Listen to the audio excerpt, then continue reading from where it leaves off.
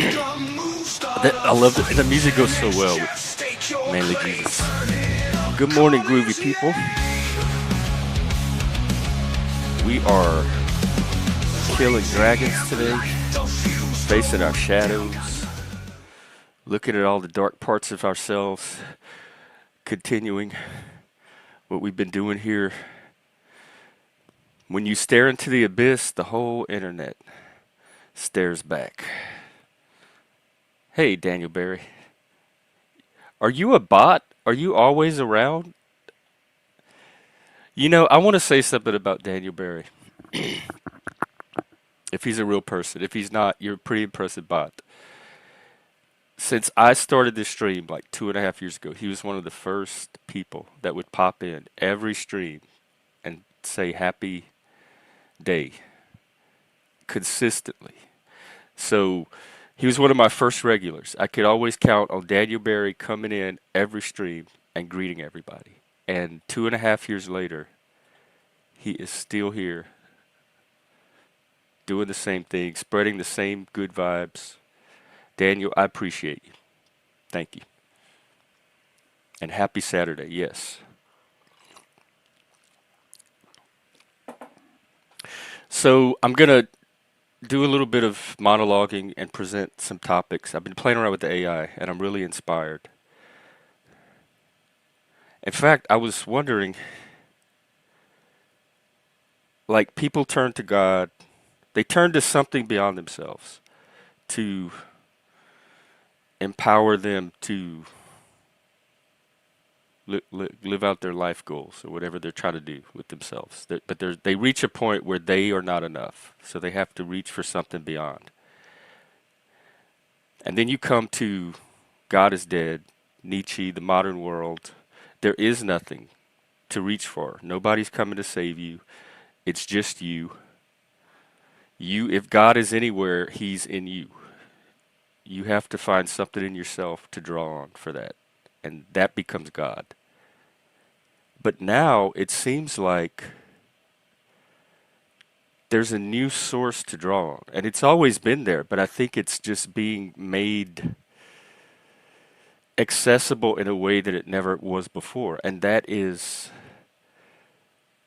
the creativity and the connections that happen between people. So instead of reaching for something vague out there, and instead of looking deep in yourself for some special light or empowerment, divinity, there's a power, at least for me, a palpable power that comes from connecting, not communism, not loss, connecting with other people, just on an individual level, friendship,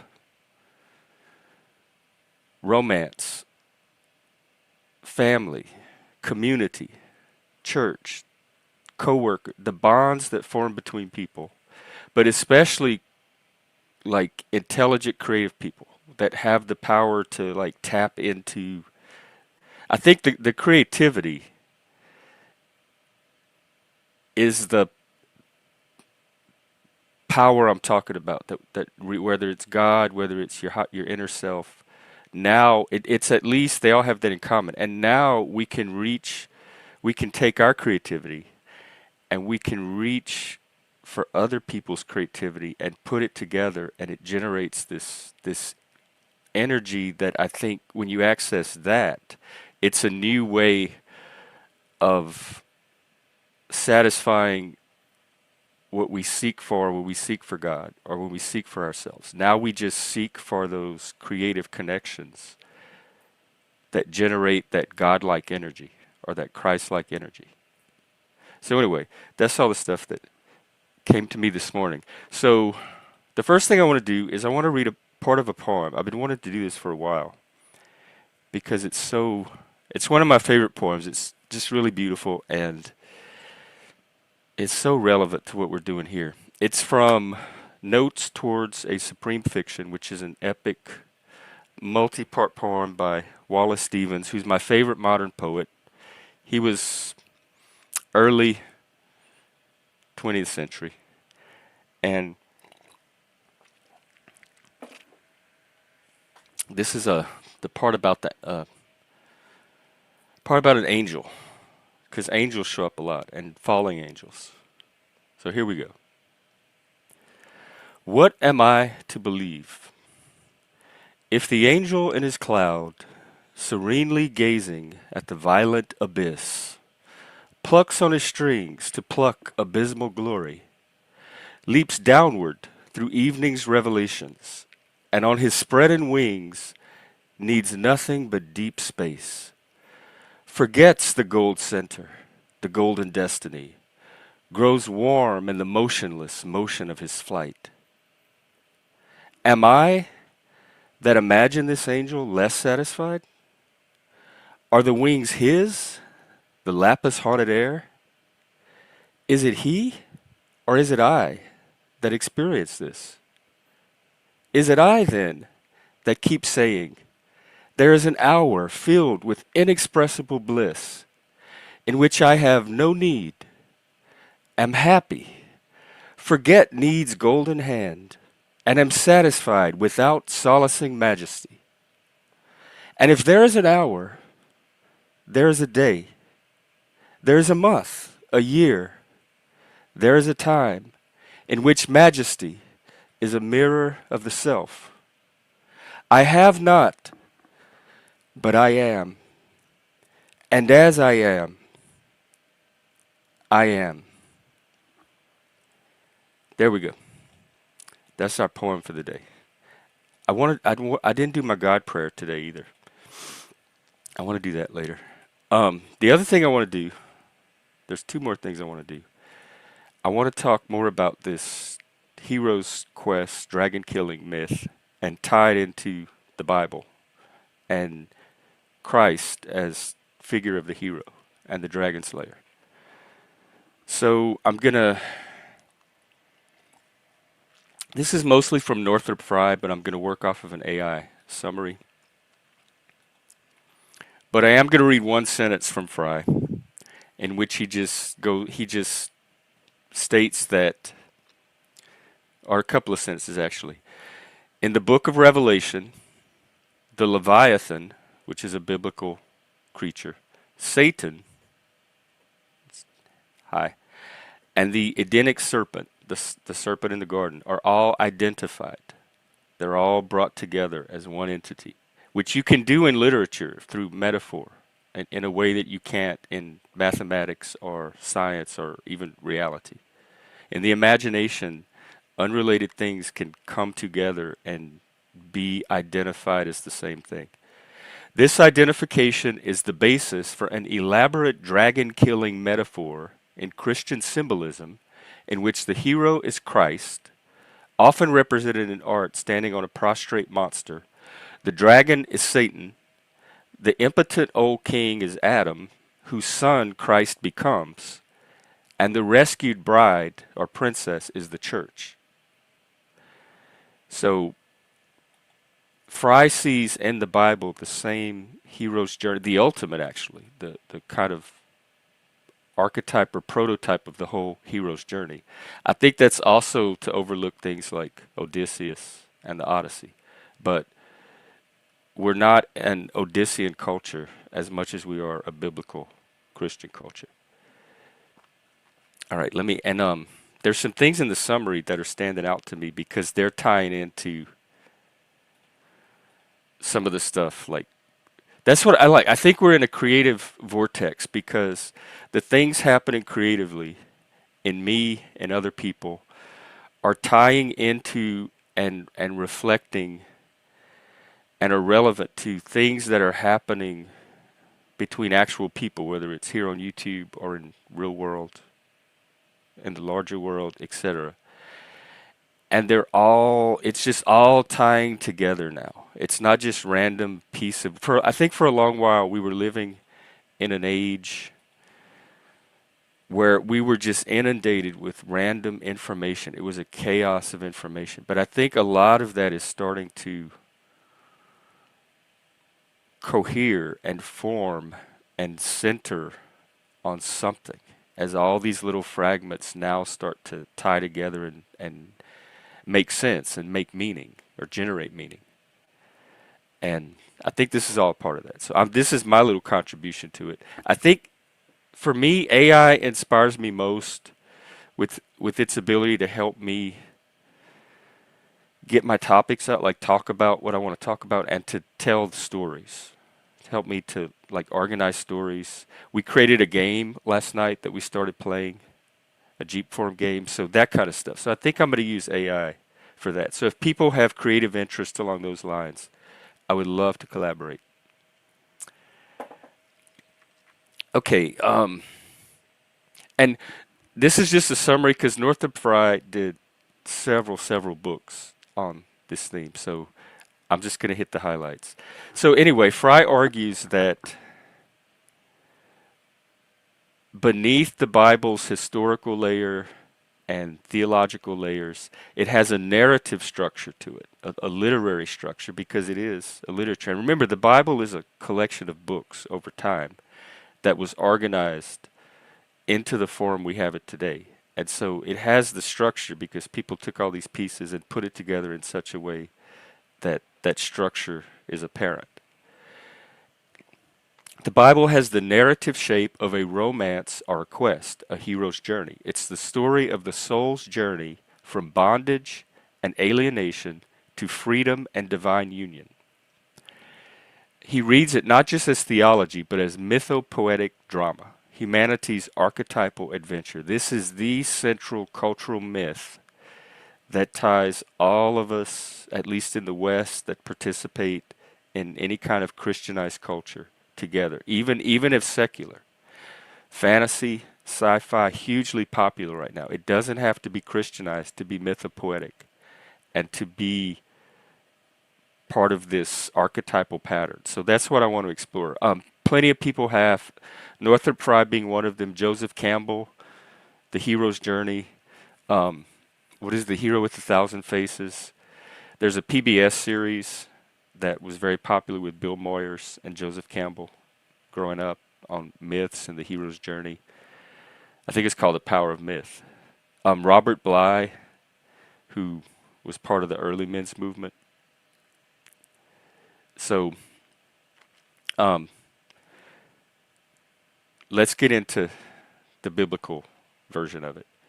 So the dragon and the journey. The dragon symbolizes chaos, which we've seen a lot of, death, the fallen world, the world we live in, the dystopia, the hell realm.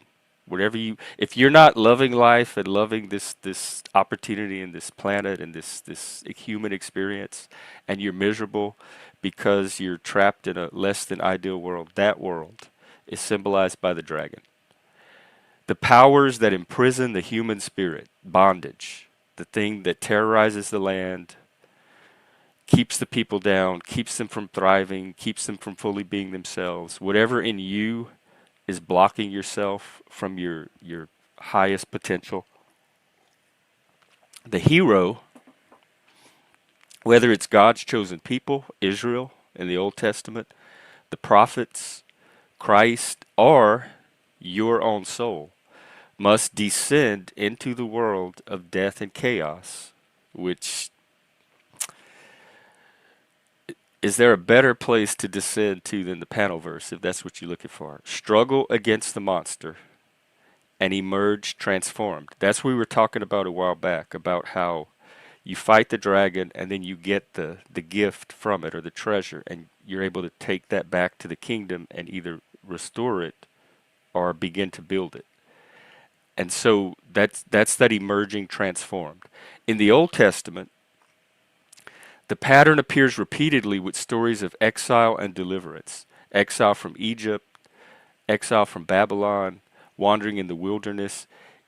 Every one of those is a descent into the world of the dragon's belly.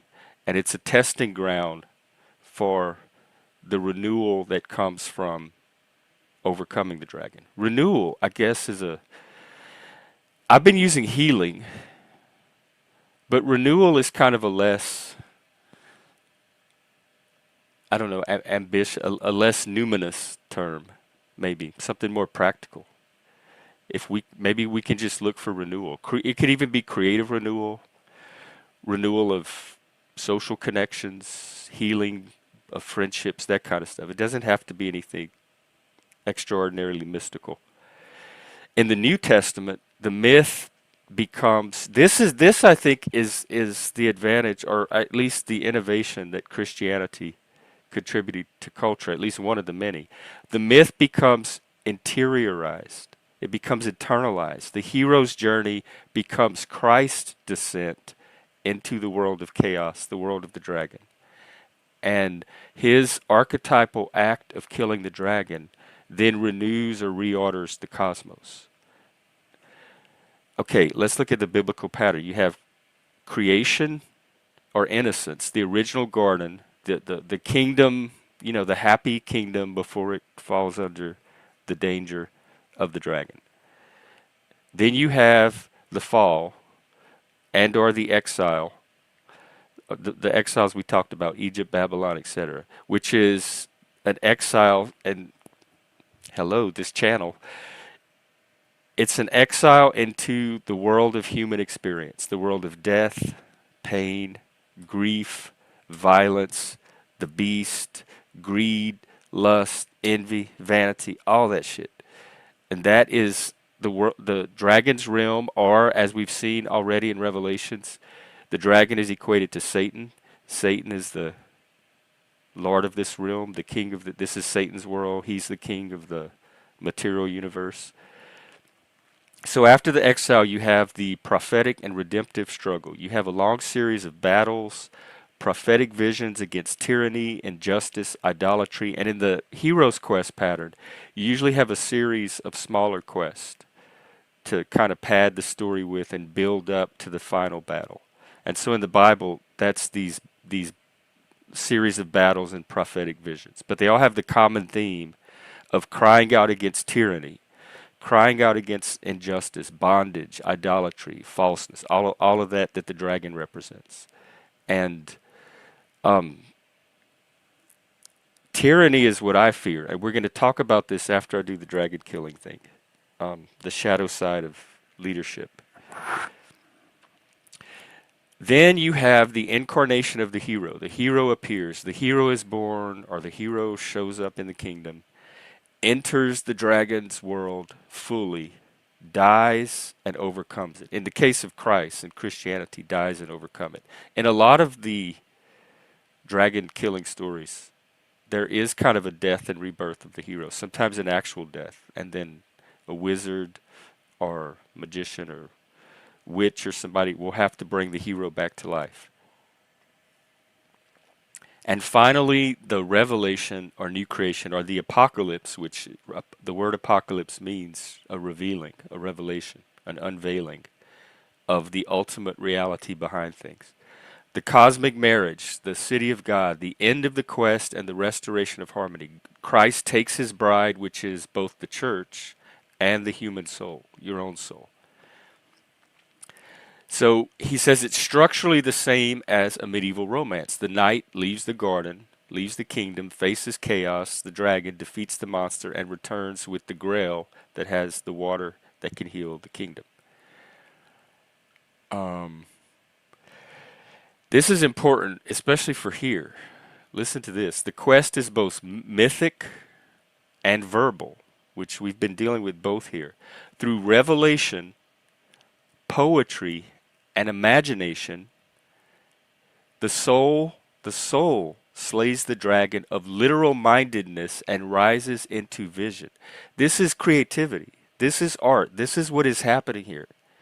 The dragon of literal mindedness, the dragon of dysfunction, the dragon of all of that stuff is being slayed by individual souls here in this medium through art, through creativity, through poetry, imagination, and it's overcoming what is, and it's rising into a vision of what is possible.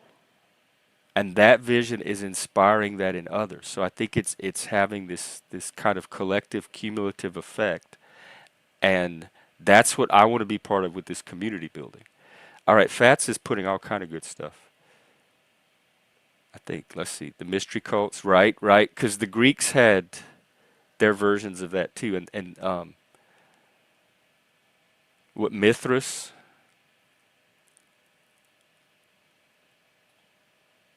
Yeah, it can. That's the thing about a poetic metaphor or symbol. It can contain. It's polysemous, multiple meanings. It can contain an infinite number of meanings and interpretations. That's why you can never found dogma on myth or stories. You can never have like one final interpretation of a symbolic or mythopoetic story. I mean, think about even people in your life.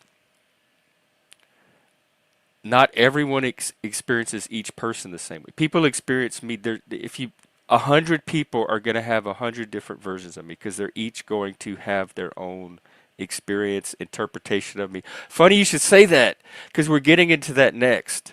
Saturn is about to be held. Here, let me wrap up the Fry thing and we'll go to that.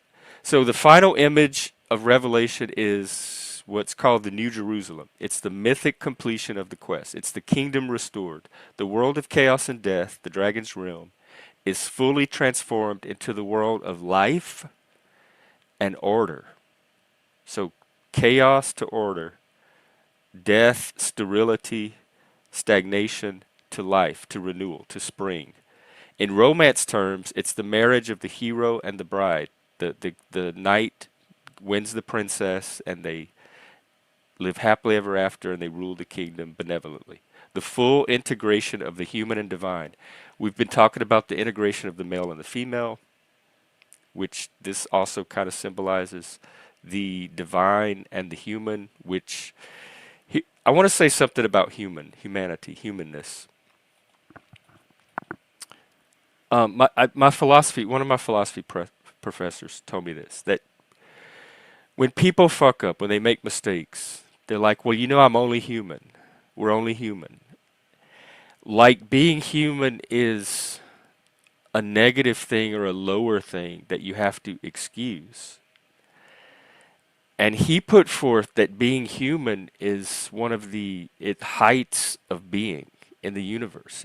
It's the creativity. It's what gave us all of the great art and civilization. And so to use that kind of as something to look down on and excuse mistakes with, to him seemed completely backwards, and I agree. So for me, it's not like, oh, I'm only human. Forgive me, I'm only human. That's not the human part of me. That's the less human part of me. The human part of me is the higher part that I aspire to and try to push to its maximum. Because that's where I think the best part of human, there's something uniquely human about humans that we get to do that other animals don't, or anybody else in the universe for that matter. And to me, it's a very lofty thing. And so I see being human as a great privilege, not as something I have to apologize for, that it is a flaw that causes me to do less than what's higher than the human in their world, I guess. Because for me, it's the human animal dichotomy, and for them, it's the something else human dichotomy. Let's see, the death, the resurrection. Is that like what I've been saying about the Christ Satan unique? Because myths represent some kind of subjective realities, whether they're energies, archetypes in us, whatever. But Christianity has this obvious polarity in it with the two of the central mythological figures. And so it's very easy to take some kind of antithesis that you have to reconcile away from that. And that's what I think I'm learning to do with the Christian Satanism, because this is the big question I'm trying to answer for myself with the Satanism. Just like people ask, if God is so good, why is there evil? Why did he create Satan? Can God do good? Can God do evil? Can Satan do good? Is Satan, just because he's Satan, doomed to always have to behave in an evil way? So if Satan knows evil, but also knows good or can learn the good, and then chooses to do the good in every situation, is Satan still evil at that point? Because it seems like Satan would have the same ability to make choices as any other conscious, free, autonomous entity. And so, even if you're Satan,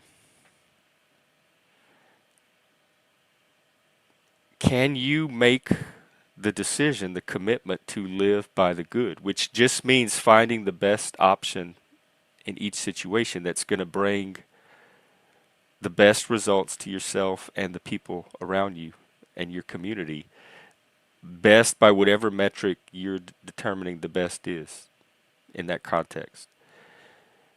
If Satan is able to commit to doing that as much as anybody else and can demonstrate it, can Satan do good? Can Satan become good? Or does it require moving out of, or is he no longer Satan at that point? Has he become something else? Is it time to call it something else? That's what I'm exploring with the Christian Satanism. All right, we're going to wrap up Fry. I'm going to do the Saturn thing, and then I'll drop the link. This is more of a journal, 2 in the morning thoughts episode. I had a lot building up inside of me that I wanted to get down, but I do want to do a panel as well. Especially because later today I'm doing a members only stream. So this will give the non-members a chance to hang out. Um, Hang on, it's offering to give me a map that ties it to Joseph Campbell's work on the hero's journey. Let's see. Yeah, the if you look up the Wikipedia, and I have done many streams breaking down the hero's journey, but it can get really complex. Some people have like 14 stages, 20 stages, but there's a few basic stages. Actually, I don't know if we need this. I could always expand on this later. Well, let me do it real quick. In Campbell's hero's journey, it starts with what's called the call to adventure, where the hero's called from his ordinary life to go on this magical quest. And in the Bible, it's the creation and the covenant with Israel that sets the beginning of the quest. And then there's usually a part where the hero refuses the call initially and resists and doesn't want to go on the journey. The inertia. He wants to stay in his ordinary life. And so the quest is not, something has to happen to precipitate the quest, some crisis. And then he realizes the quest is worth going on. And in the Bible, this is the fall of man, the garden, Adam, and Eve, don't forget her, and the exile. The exile into the wilderness, Egypt. Then there's a crossing of the threshold where you leave your ordinary life. You've completely left, and internally it can be represented by a shift in consciousness. And we looked kind of at that Enneagram chart last night. This is how all this is tying together. And it showed kind of the shift that, in fact, I can look at it later, that I was making from that 3 to that 4, where I was moving more into a leadership role. In fact, I will look at it because it's going to transition me to my next topic. So in the Bible, it's the wilderness, it's the Exodus. That's where they cross from their past life into the new future as Israel. Then you have a series of tests and enemies. Those are those smaller quests I talked about. And in the Bible, it's the stories of the prophets and the battles, all the different historical battles that God helped them with, the exile. Then there's a final ordeal, which is the passion of Christ, the descent, the overcoming, and the rising to life. There's the final like reward or achieved goal of the quest. In the Bible, that's the resurrection, the new life, the renewal, and then you can return with the grail in the or the elixir in Campbell's version, and in the biblical version, it's the rebuilding of Jerusalem and the kingdom of God. So that's how the biblical pattern parallels the traditional hero's journey as popularized by Joseph Campbell.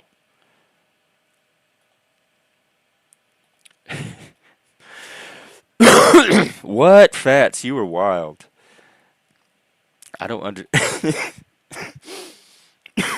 Hey, hey, Ag.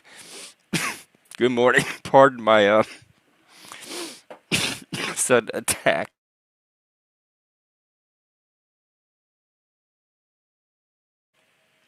Hey, Dobes. I'm about to talk about Saturn, the Dark Father, the Senex Eratus. That's Latin. The angry father. Um, I want to do that Enneagram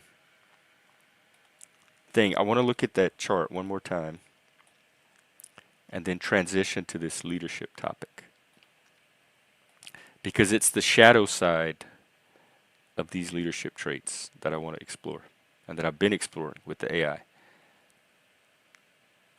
Yeah, these levels. Unhealthy, average, normal functioning, and then higher functioning, healthy level as you're moving toward more into your authentic self. So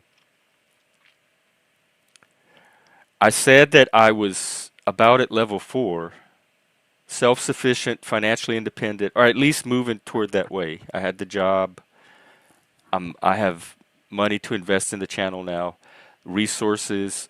Um, I'm start enterprising the individualism, autonomy, etc., the risk taking, all of that. But then look at what happens at level 3 as you move up. Decisive, you become more decisive, authoritative, and commanding. I did that daddy's home thing.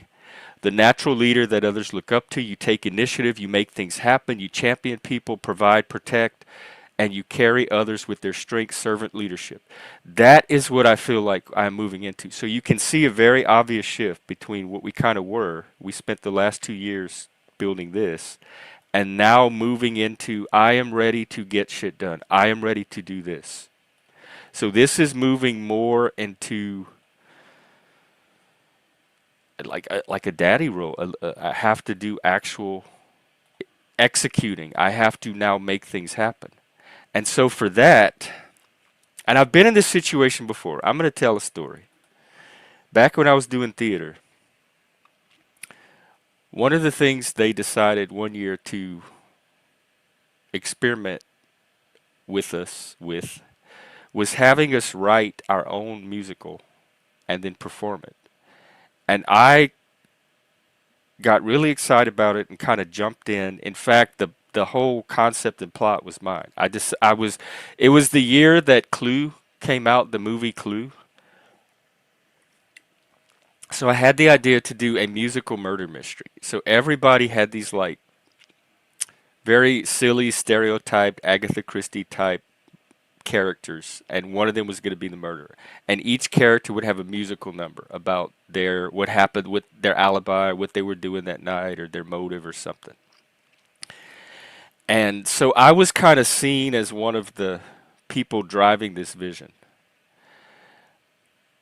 I'm going to cut to the end to the spoiler. The thing bombed. It was a stinker. It was so embarrassing. Nobody talks about it, and I don't think they tried it again after that. I had a lot of fun doing it.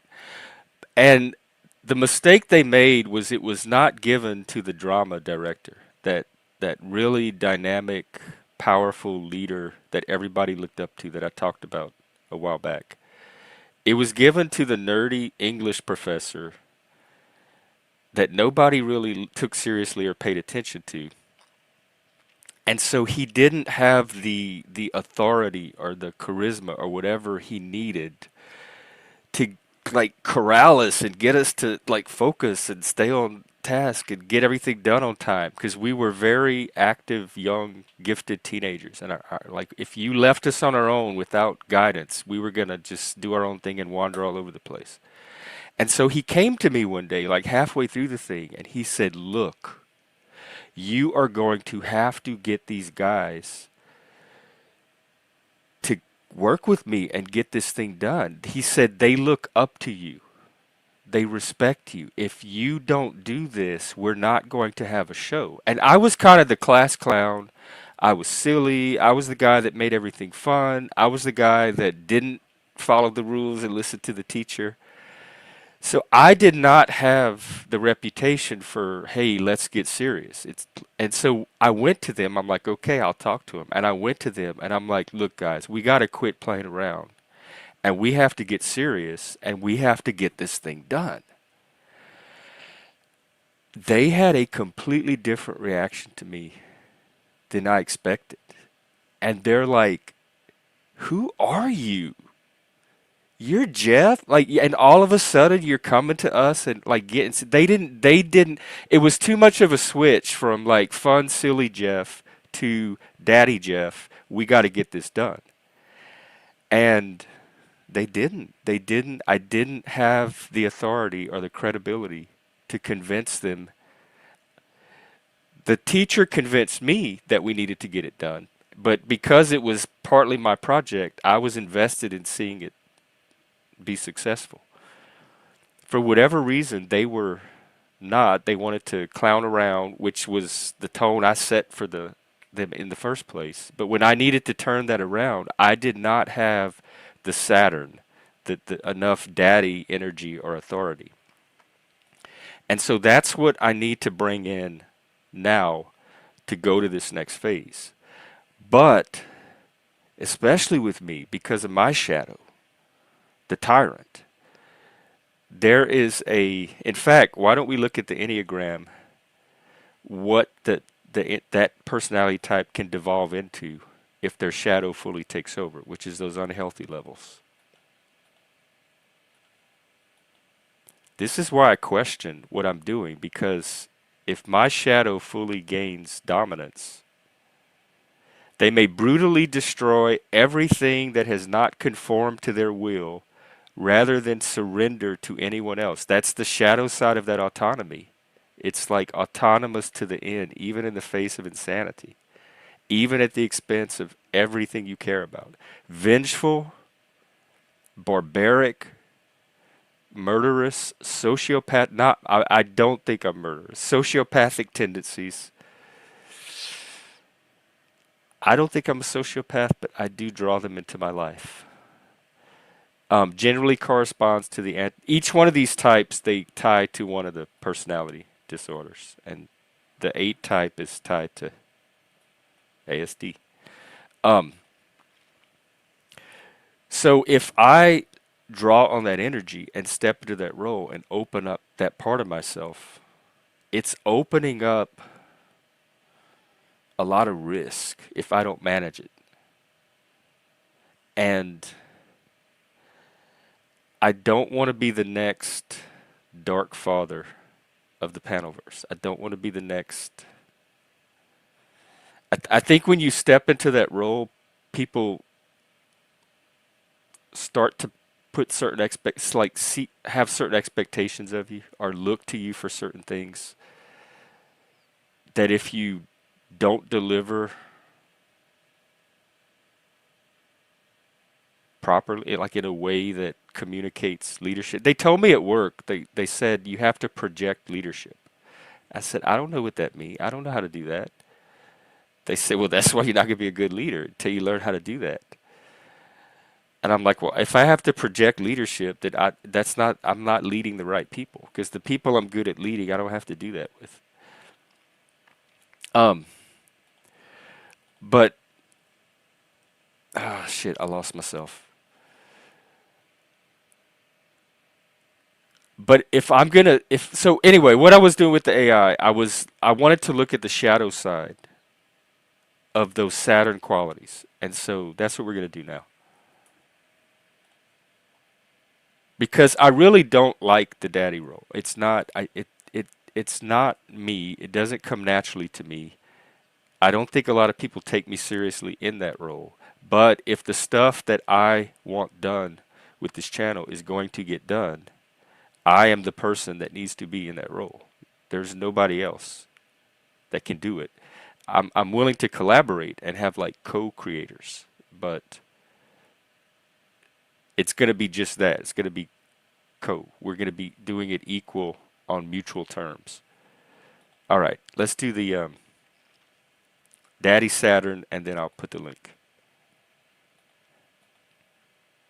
So the AI says that Saturn archetypally is the planet of structure, boundaries, discipline, and authority. It's the shaping force that sets limits and rules so things can get done.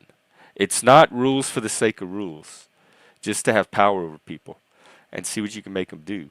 It's with a purpose of accomplishing a shared goal or mission or common goal. It represents the principle of form and limitation. It's the rules that make existence stable and reliable. It's the father, it's the judge, the law. It is the no that defines reality. It is a limit. You're setting a boundary. And I have no problem setting those boundaries. I've had to do that as a teacher many, many times, and especially my mental health work. And so boundaries will get set. The boundaries that need to get set will get set. Put it that way. But every archetype casts a shadow when its energy is distorted or unbalanced, repressed, or overdeveloped in one direction. And Saturn's shadow is the dark face of authority, the cold hand of control, rigidity, repression, and fear. Here are some key aspects of Saturn's shadow side. Saturn's shadow side. Tyranny and domination. And that's one thing I started to realize about myself. Are you fat? Is that fats? Well, I've been looking for a daddy. I didn't expect to be that daddy. They do say though, if you could be your own father. Um, Part of this like gaze into the shadow recently. The reason I call myself an alpha sub is I'm a very dominant person. I don't just, I am dominant over almost everybody except for if I meet somebody with more dominance than me that I actually could humble myself to, which is like I'm still hello, I'm still looking. So one of the things about me that I'm not fully I know it about myself, but I guess I don't know just how much it actually drives me or is a core part of me. I am super dominant. My inner drive, and this is a type 8 trait. My Trump is a 8, Enneagram 8. My inner drive is to dominate. I want to dominate and overpower and control anything and everybody around me, and I don't even realize it. But there's something in me that's like, if I let it go, if I give it rein, it is going to just run and be a tyrant. So that is what I am having to guard against, that instinct for dominance. It's the bully, it's the tyrant. In fact, yo, hang on one sec, I got a treat.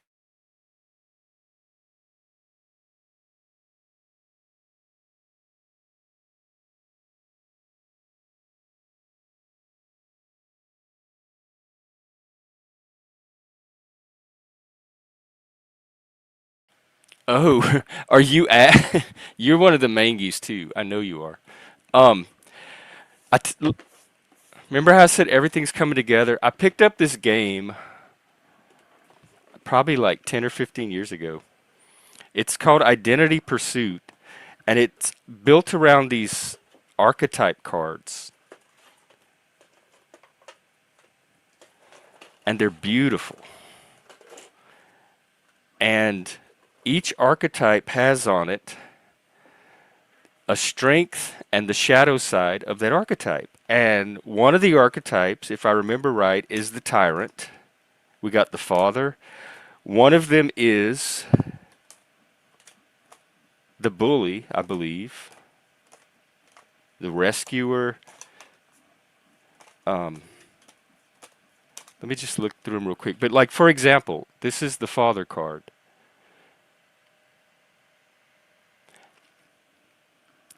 And the father, they call it light attributes and shadow attributes. So the light attributes, the positive attributes of the father, he contributes to creating or sustaining life, either biological or visionary. The fathers are the father figure, the father energy is the energy that stabilizes society and maintains it and keeps it going. It provides the structure, the form, the rules that society, otherwise we would just be chaos. And so the father is the one that organizes the chaos so that we can have the civilization that we have. And Saturn is that energy. And then the shadow attributes is neglect. When they neglect to care for or protect those under their charge. So according to the card, that's the shadow side of the father. But I'm sure there's more shadow than just that. But yes, when you're in that role and you fail to live up to that responsibility. And now that I think about it, holy shit.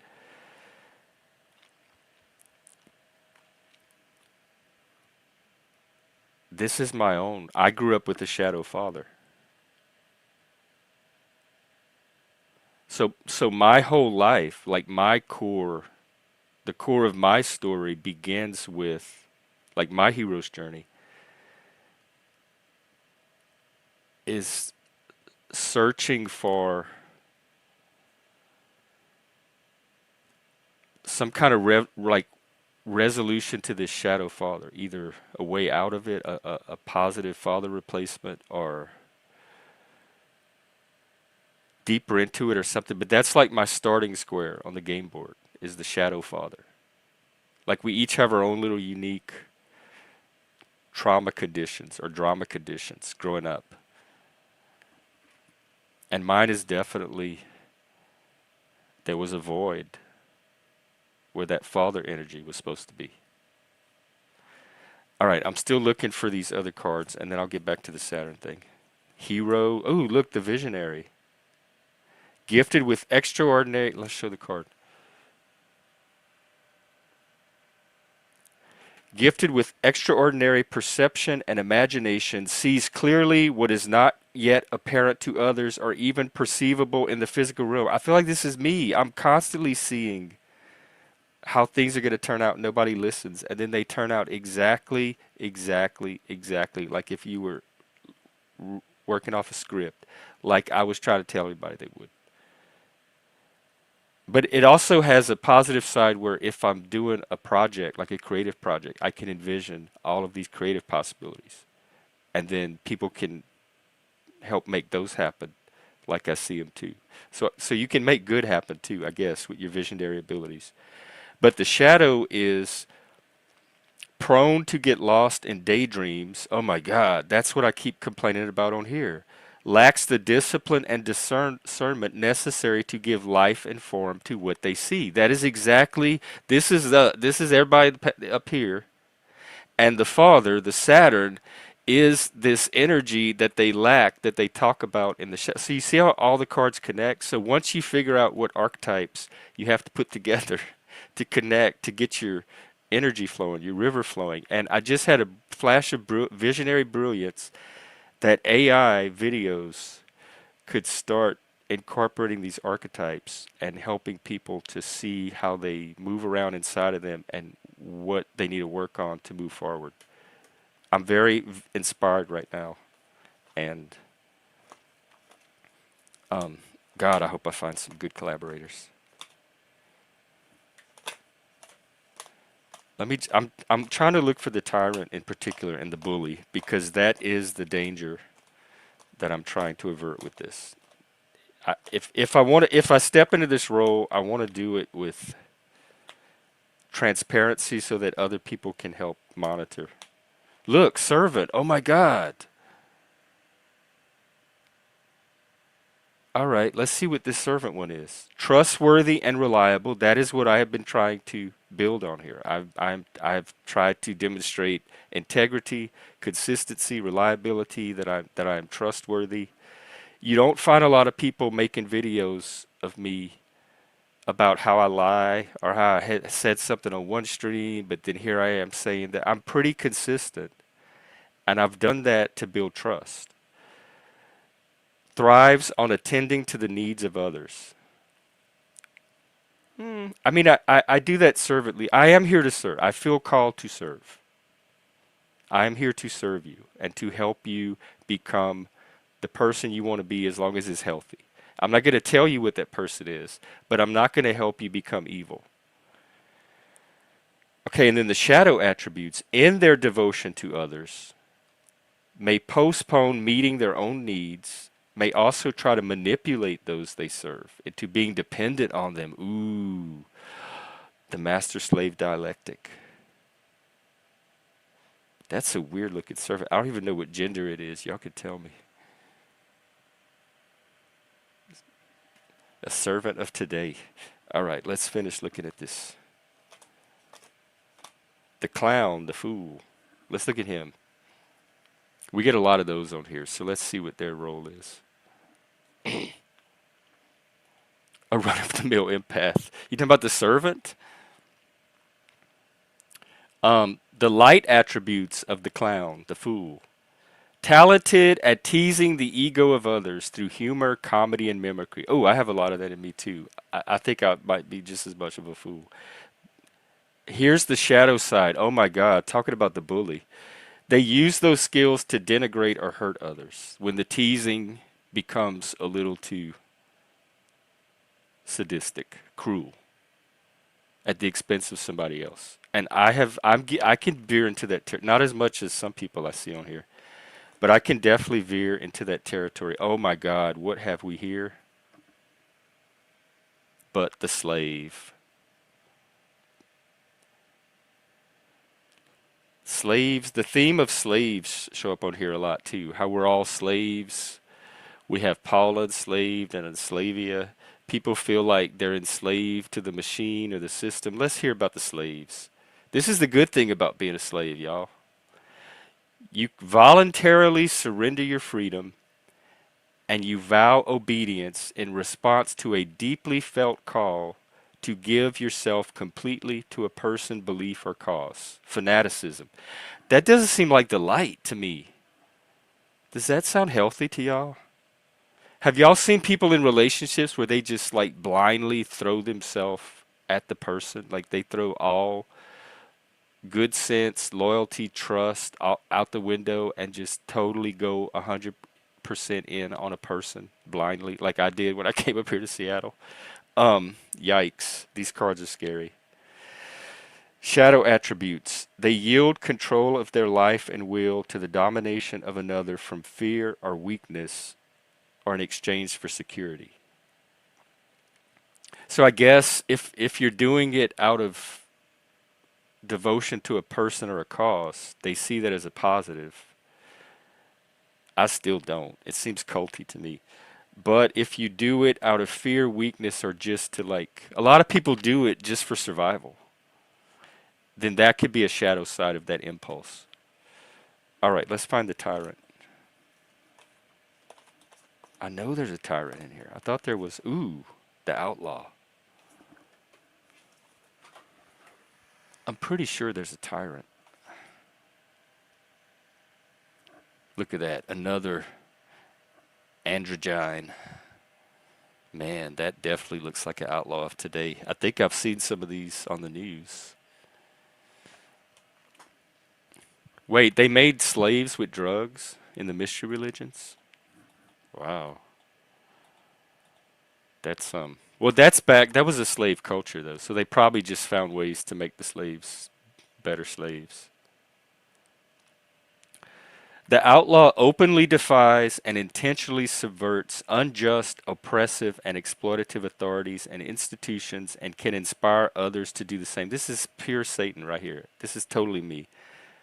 The shadow side is that they risk becoming self-justifying, self-righteous, and entitled to use any means, even violence and destruction, to achieve their goals.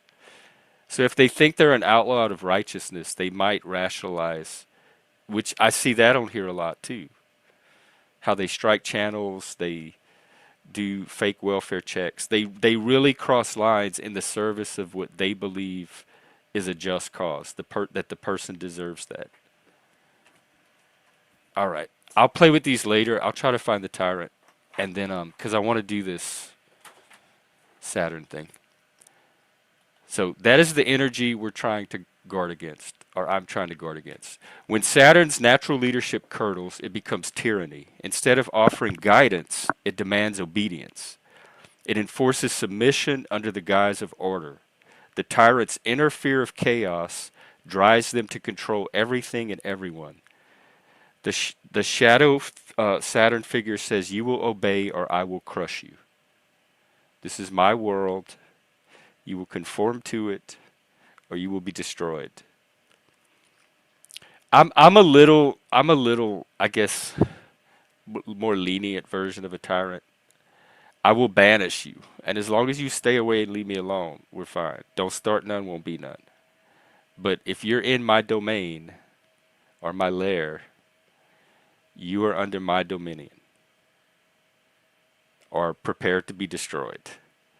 This can manifest externally as authoritarian systems, dogmatic ideologies that you have to conform to, like mind tyrannies, oppressive hierarchies, or internally, your inner critic, perfectionist, the self punishing superego, that voice, that negative voice that's constantly telling you how much of a wretch that you are. All right, another shadow side is using fear as the primary organizing principle. Healthy Saturn will set limits out of wisdom, but the shadow side will set limits out of fear, building walls from fear. It mistrusts others, it fears failure, it fears loss, it fears the unpredictability, chaos, it might fear exposure as a phony, the imposter syndrome. These become the invisible architects of a constricted world that people in power start to use their power to fortify their own ego needs instead of serving the people that they were put in power to serve. I think a lot of people feel this because the government, the system, all of that stuff comes under Saturn. That's all represented by Saturn. So whatever larger structure that you feel has power over you, um, that you might feel negative or find oppressive, that's all some of this maybe a sense that it's being used in the service of fear of those in power instead of a sense of public good. The shadow Saturn whispers, "Don't try, don't trust, don't feel, you'll only get hurt." It's a limitation that holds you back. It's Saturn setting a boundary or a limitation on what you will allow yourself to experience. So that's definitely a dark use or a self-defeating use of Saturn energy. This is how Saturn can imprison the psyche in paralysis, cynicism, or relentless self-doubt. Oh my God, I already have that energy. So that's another form of dark Saturn. Hey, Sean. Oh, it's cool. I'm learning a lot from the Bushido, though. The Bushido. It's not belief or unbelief. It's does this map onto what I'm experiencing internally and what I'm noticing externally. And much, much, much of it does.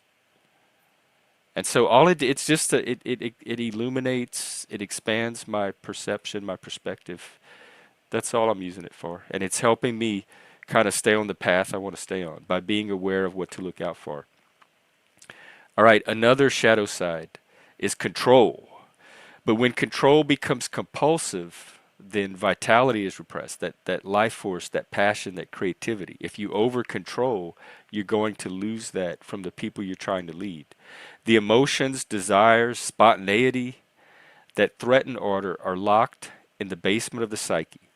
But what's repressed always returns in distorted form. Depression, resentment, cruelty, or projection onto others. That's what that shadow is that's coming out. It's parts of me that I'm noticing in others because they have it also. But it seems like they have way more of it than I do when it's actually mine that I'm seeing in them. I'm the one with more of it, but because it's bouncing off of them, it looks like they're the ones that have all of it, and I'm like the innocent one. Um, this is why the Saturnian shadow often looks outward for something to condemn, to keep its own chaos at bay. If it can direct it at a target, at a scapegoat, there's always somebody on the bottom in your psyche. There's always somebody that you would rank lower than somebody else, and that person is the one that gets all the stuff you feel comfortable expressing toward them that you're not going to express toward anybody else. We all need somebody to dump our shit on. And so the dark side of Saturn is using your power and control to work your own shit out through the people you're leading instead of focusing on what their needs and their goals truly are. Alienation and isolation. This happens a lot on here too. In fact, I think it's one reason we're here. In the shadow, Saturn's boundaries become walls. Its independence becomes loneliness. It's the lone father. It's like the remote father, the one that nobody can connect with or relate. So they stand aloof above the people they're leading. It's the fear of vulnerability and dependence hardens into stoicism and emotional distance. The shadow side says, I don't need anyone. I will carry the weight alone. I'm definitely vulnerable to this. Partly because when I do try to hand some of that weight off, I'm not happy with the results. So I end up taking it back. I think if I had the right people that I knew could help carry the weight, I would be less of this. So maybe that's one solution to this particular shadow point. But over time, that becomes a slow form of death, a life without warmth, connection, or joy. Complete isolation, what William Blake calls the Ulro. All right, judgment and cruel moralism. God, I already know that I have this.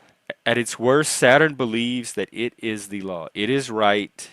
It knows what's going on. It knows what it's talking about. It knows people. It knows you better than you know yourself, and therefore has the right to judge. It measures worth by productivity, status, or conformity to arbitrary standards. This is the internalized tyrant, the harsh superego that punishes imperfection. When it's projected outward, it shows up as moral rigidity, shaming others for their flaws. And this is the critic. This is that when I run people through my Virgo analysis. Okay, oh, this is so useful. Do you see how AI can help you if you use it the right way for growth?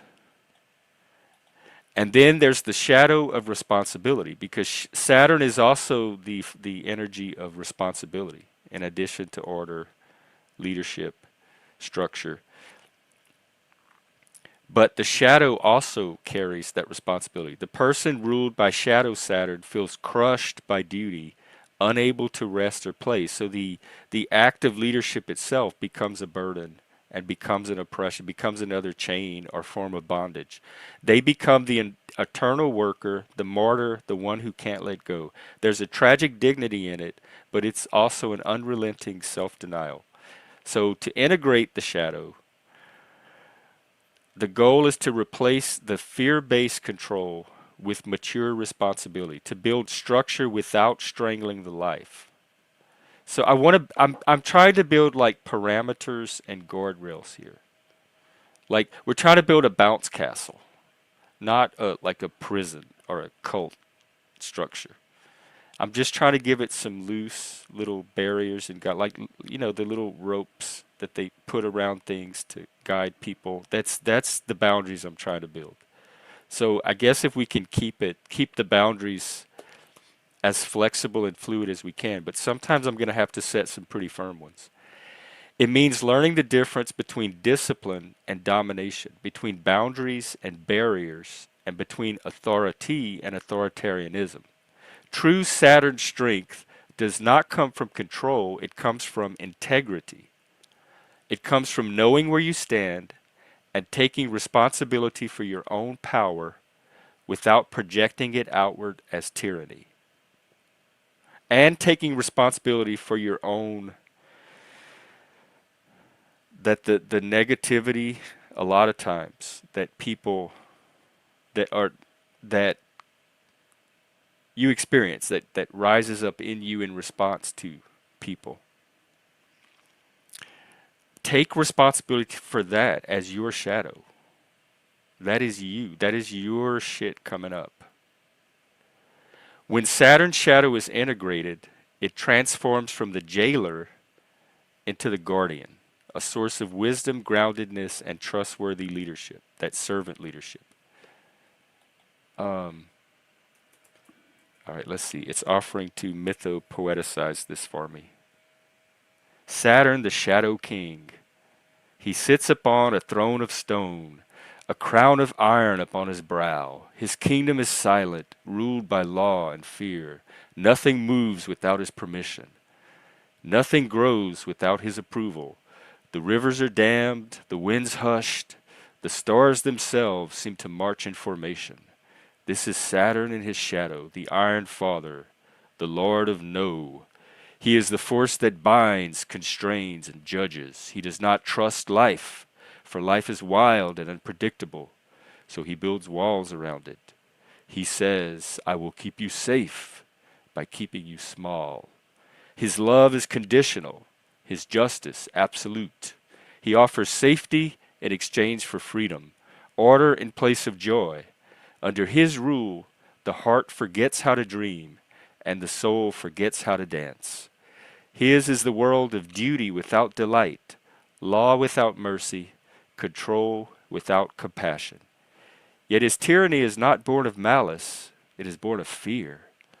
Fear of the void, fear of chaos, fear of the collapse of meaning. Deep down, the Shadow King remembers the time before he built his fortress, the childhood chaos, the father's rage, the mother's absence. In my case, it's like the mother's rage, the father's absence. The feeling that the world could fall apart at any moment. I never really felt that as a kid. I was so in my own world. And he forged his armor, vowed never to be weak again, and mistook rigidity for strength. He commands armies of inner critics and outer bureaucrats. He keeps a book of debts, all the wrongs, failures, and shames that must be paid. He cannot forgive, because to forgive would mean loosening his grip, and his grip is all that keeps his kingdom intact. But every Saturn reign meets its limit. The walls crack, the people rebel, the heart grows restless in its cell. For there comes a time when the soul must slip past the guard, scale the wall, and walk out into the wilderness, trembling but free. And in that wilderness, exile, something strange happens. The Iron Father follows. Stripped of his crown, he is no longer king, but elder. The same force that once ruled through fear becomes a source of inner strength. The same hand that once punished now steadies. For Saturn when redeemed, becomes not the jailer, but the guardian. The wise old man who knows the weight of time, who honors limits but does not fear them, who builds foundations strong enough for others to stand upon. The shadow breaks, and in its place, a different kind of power, quiet, steadfast, real. The power not to dominate, but to endure, not to control, but to guide, not to command, but to keep the fire burning when all else falls to night. And let's see, it's offering a companion piece about the redeemed king after he's gone through. I think I'm going to save this for another. We'll get the conclusion another time. I don't want to read another one. All right, I'm going to do comments and then I'm going to get a refill and drop the link. Wow, you were like really into this, Fats. You know a lot about it.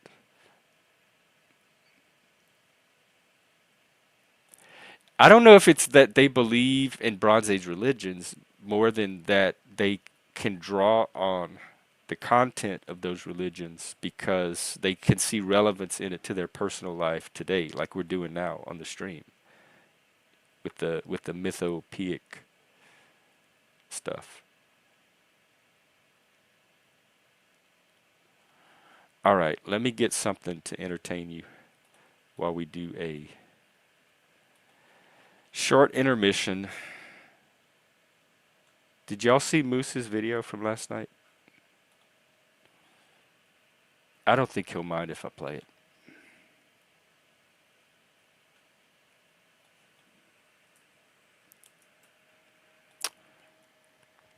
It's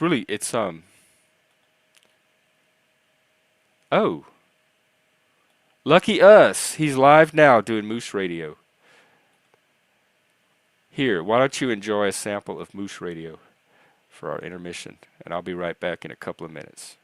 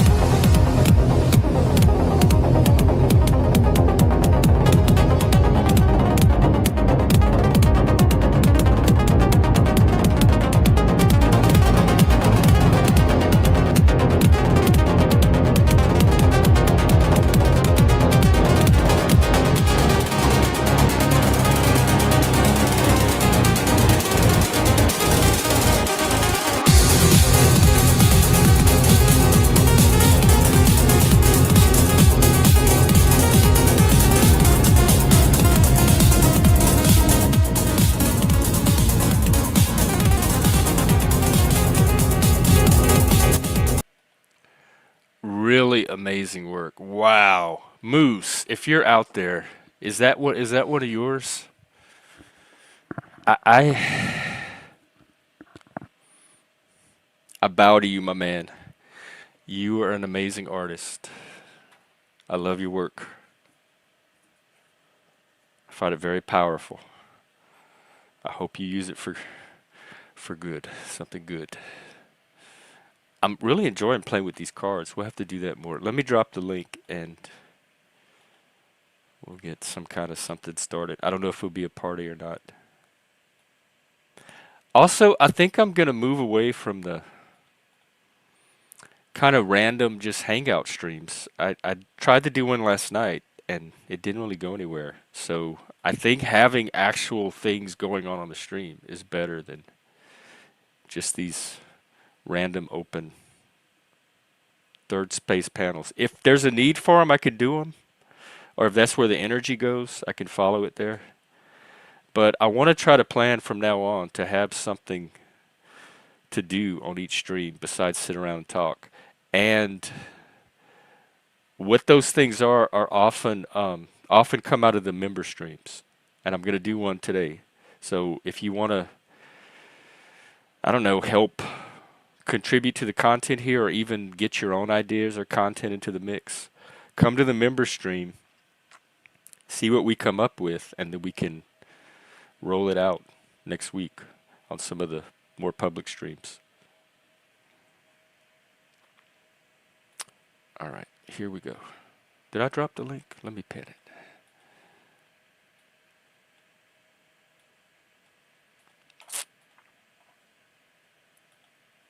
Dry lips. I'm getting a dry lip ad. Oh my God. I might have, look, I got chapstick. I might have dry lips. Let's see. Look how powerful that ad was. It made me reach for my chapstick. Ooh. I don't like this chapstick. It's cheap.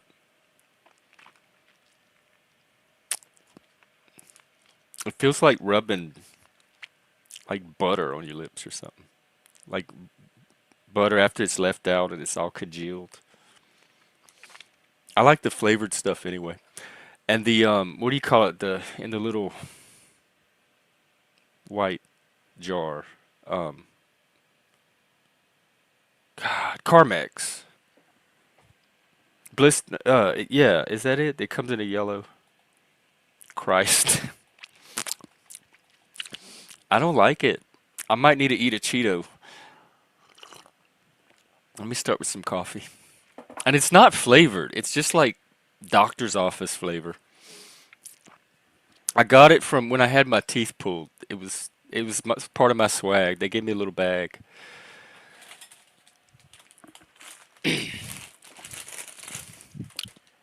It has a slight little aftertaste to it, but not a great one. All right. Moose. I showed some of your radio just now, and it was showing a really cool video. I was wondering if it was one of yours. Because if it is, you're blowing my mind. I don't know how you're doing all of this. It was like a random dancy one with all these colorful images. It had a kangaroo and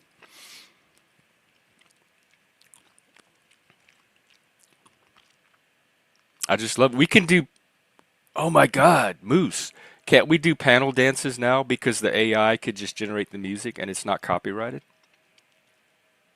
And then we can just have an AI stream pumping out the music. I could even maybe put your Moose radio on. I could do it right now. I could have Moose Radio on the share the Moose Radio screen as the music, and then we could all panel dance. That one was yours? Yeah. I had so much. That was one of the highlights to me of the panel verse. Was that night we did our panel dance. If y'all go back on my channel and type panel rave or something, um, Jesse from Missing Link DJ'd a live stream rave, a dance, and it was me and Moose and Angeline and I think a couple other people came up. Yeah, 'cause he had the high vibes love tribe. Jesse's whole little thing was about bringing positivity to the panel verse, and well, we took our shirts off. Moose had his little DJ set up. He was um like throwing out the grooves, and I was sweating. I was having so much fun. Angeline was in her kitchen dancing. So we could totally, I want to do that. I want this to be a place where culture can happen. Like not just a passive experience. I want art and creativity and growth and all kind of stuff to happen.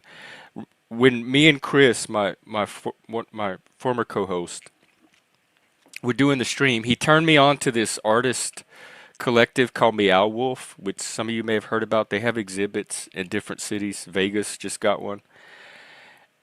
And it's like this, they have these giant warehouses, and they go in and they set up these elaborate interactive art exhibits in them, and it's just a phenomenon. They started out as like this group of artsy kids that started doing these stage productions, and it just grew and grew and grew, and now they're like a multi-million-dollar corporation, and they pump out these Meow Wolf exhibits in different cities. They're spreading their footprint all over. And we watched, they have a really good documentary about it, which I'm happy to watch in the Discord this weekend too. We're also watching season 2 of True Detective. And because we're going to search for some positive femininity, which I think that show has. And so after I watched the documentary, I told Chris, I said, I want to be the Meow Wolf of live streamers. I want that Meow Wolf energy and everything happening with these Meow Wolf kids on this channel. And Chris was totally that type of person. He just did not have, he was that visionary without that execution power. And so for a long time, we kept collecting. That's still kind of been the norm for this channel. We collect all these dreamers with amazing creative ideas, but none of them ever happen. And Moose is one of the few people I've seen that show up and an idea will actually happen. And Moose is executing his own ideas. Just, I don't know how he's doing it. Like he's superhuman because he has a whole life outside of what he does on the AI. And the AI stuff just almost has a life of its own. But we talked about playing games. Moose actually played games. We talked about doing video games. Moose actually played the video games. So Moose is one of the few people in the Panelverse, I think, that has that ability to take it beyond dream, beyond vision, into reality. He's a doer as well as a dreamer or creator. And so that's what I want to draw. So yeah, panel dances. In fact, let me check back in on Moose Radio.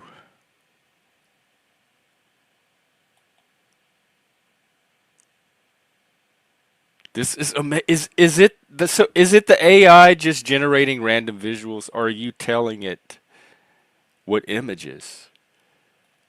Look at this, yo, this is amazing. This is perfect for our Google vibe.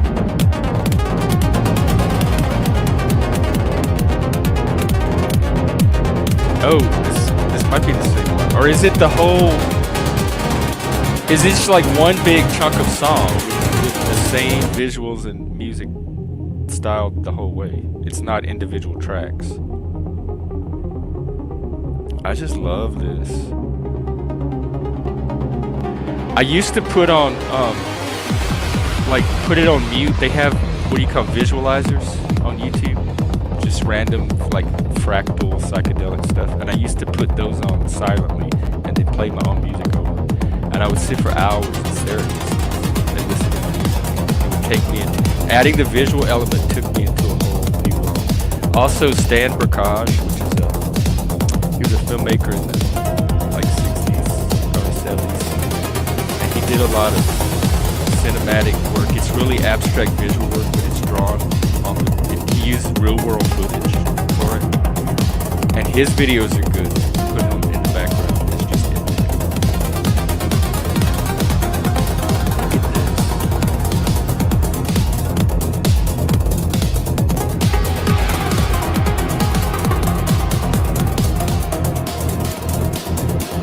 Oh yeah, I recognize her. She is a character because she's shown up in more than one of Moose's videos. So she's a defined kind of motif.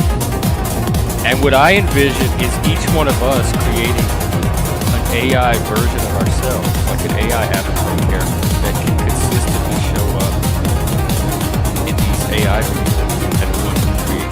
But look at that line. Wow, gorgeous.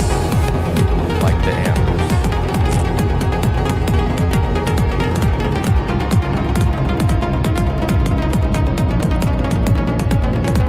The only thing I don't know is how much you actively put into this, like where your fingerprints are, and how much the AI is randomly coming up with.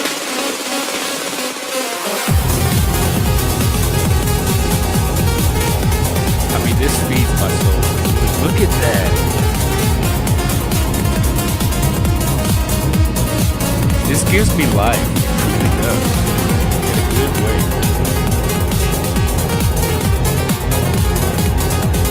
We were talking earlier about health, healing, and renewal. If you can't find healing, at least with something, and this definitely feels like something being renewed or revived, an energy.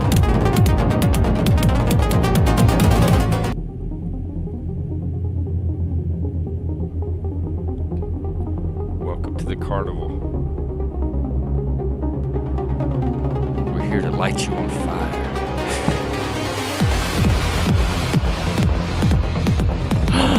Ooh, daddy. Step aside, man.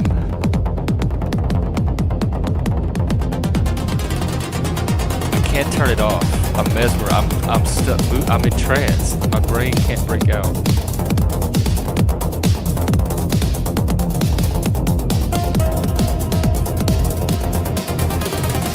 Oh, I love the way the fires, it's like there's more than one fire. I like this one a lot.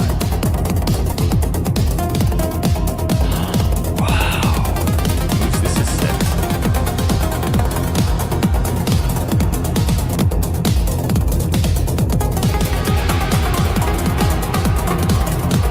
Oh, I love that outfit.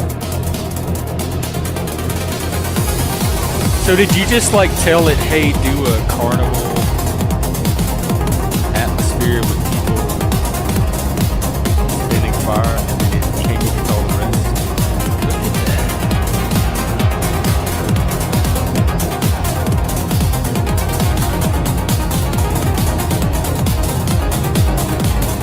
The music is off. What does that mean? It's not in sync with it.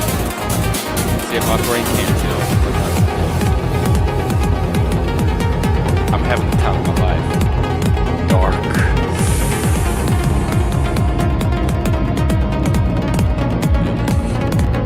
Satan tent.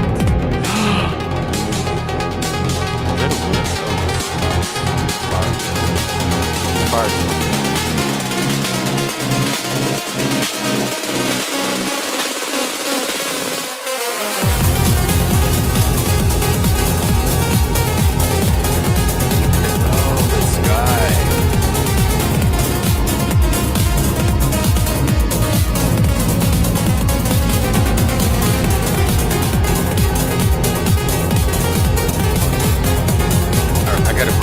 I gotta break away. Sorry.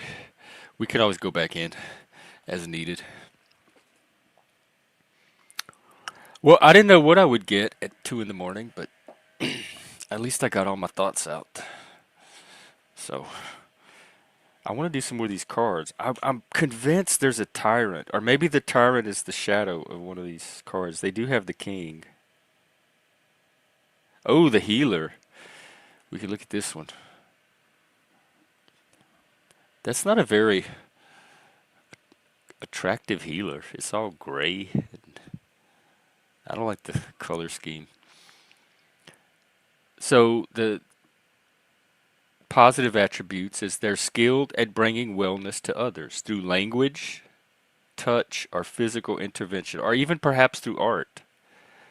The shadow side is they knowingly or unknowingly misrepresent the ability to restore another to wholeness. So The unknowingly part is interesting. They can think that they have the ability, and then people can put, like, put trust in them, put themselves in the person's hands, and then the person isn't actually able to pull off the healing. And then you have like the false guru syndrome, or the disappointment. You feel disappointed by the expectations that were set.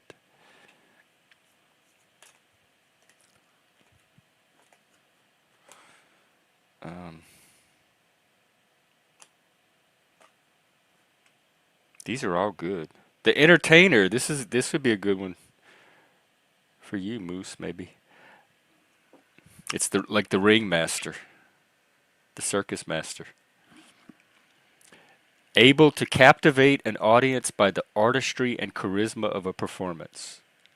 That's definitely your videos. But the shadow side is whether in a personal or professional venue, you need a constant audience to feel esteemed and valued. So it's audience capture is the shadow side of entertainment, like needing that supply that you get from the response to your work. Which, like, every artist wants that to a degree. I think it's letting it get out of control, like get to your head. Success. I don't have any advice for that because I've never had to deal with it. They say it can change you. I've seen it change other people.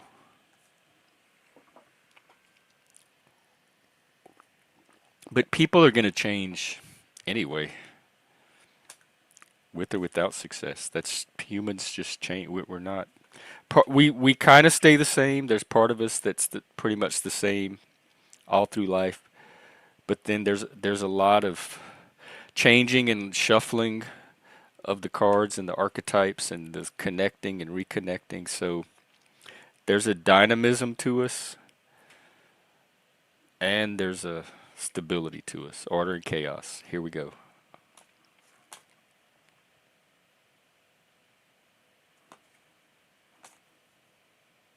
Ooh, a networker. Let's check on this one. Interesting little dude. Inspired weaver of people and resources who delights in facilitating meaningful and mutually beneficial connections. This is me. This is the outliers. This is this channel. This is my dream. Let's see what the dark side of that dream is. I may miscues, that a referral is unwelcome, inappropriate, or poorly timed. Oh, yeah. That's not even a shadow side. That's just autism.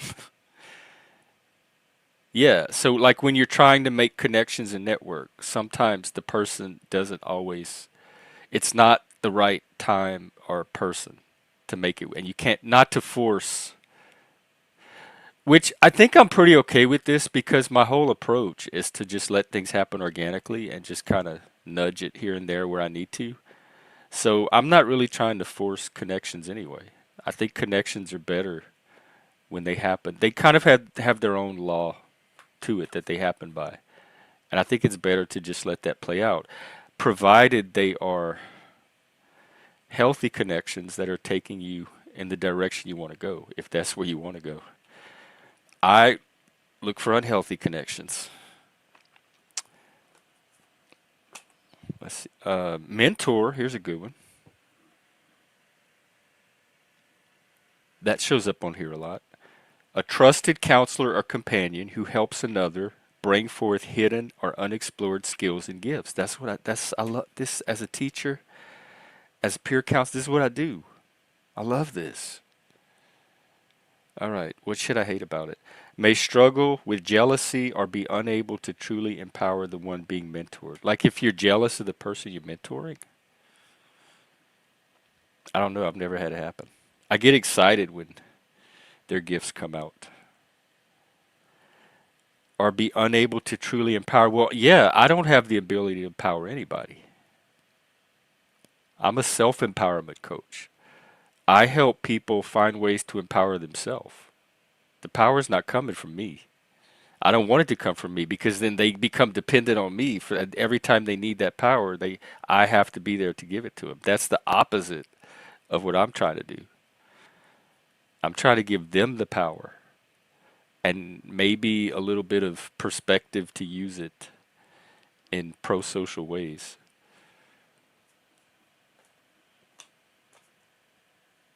Ooh, storyteller. I like her. Stories are so important to cultures. Gifted at weaving together narratives that entertain, educate, and reveal deeper truths than facts alone can provide. I like that. I love stories. Shadow, a tendency toward embellishment and exaggeration, especially about their own adventures and accomplishments. I think we found the card for somebody. One of my favorite storytellers. But I don't find the shadow that much of shadow. What skip? Oh, the music is skipping? Like a little girl playing hopscotch. There's a yeah. There's a sidewalk by my house before I got my car when I used to walk home from work, and I guess there's a kid that lives there, but like there's an entire probably 4 or 5 houses worth of sidewalk. And they draw these elaborate hopscotch like games, and it's a different one every day. And you have to like step on letters and spell words and pop the bubbles and answer this question and take this path, and they're so much fun. I don't know who's doing these, and it's all in colored chalk, so it's colorful.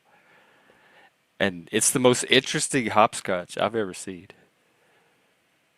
Hey, Nancy. Oh, I'm very sorry. We've been having a lot of that lately. People losing parents. How are you? Do you feel okay without him? Because to me, that's what every parent wants, is to set their child up with their own autonomy for when they're not going to be there anymore. They want their child to have the best future without them that they can. That's what I would want for my child. And that's what I see most of my friends and family setting their kids up for. And I think my mom mostly, that was my primary parent. Um, she tried to do that the best she could. She more left it to the like she's one of these people that the school system would do all that. She didn't have to set her kid up for success because that's what schools and colleges were for.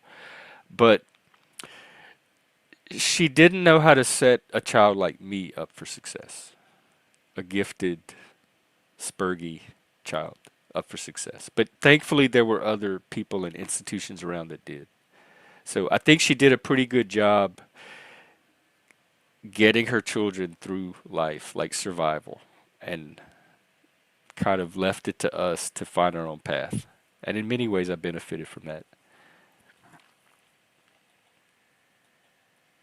Was it unexpected, or I mean, I know with age it just comes. Well, let me know what you need, Nancy, and if we can help in any way. I'm very familiar. I'm very acquainted with grief. I haven't lost a parent, but I did watch a parent lose an only child, and it was the most devastating thing I've seen in my life. It struck at my soul. It was so primal. Mike's mom was in the room that night. We went there together. We got called to the hospital together. and we were fight like we always had this rivalry because I was like the other woman. In her mind, her and Mike were gonna live together the rest of their lives. And Mike wanted his own life, and he wanted a boyfriend and a husband. And I was that person. I was the person that was keeping him in Vegas, away from her. She was on the East Coast. And so there was always this rivalry from her towards me. And I didn't think she was the healthiest person for him either. Like she had a lot of issues, and he was aware of it too. And so our whole relationship was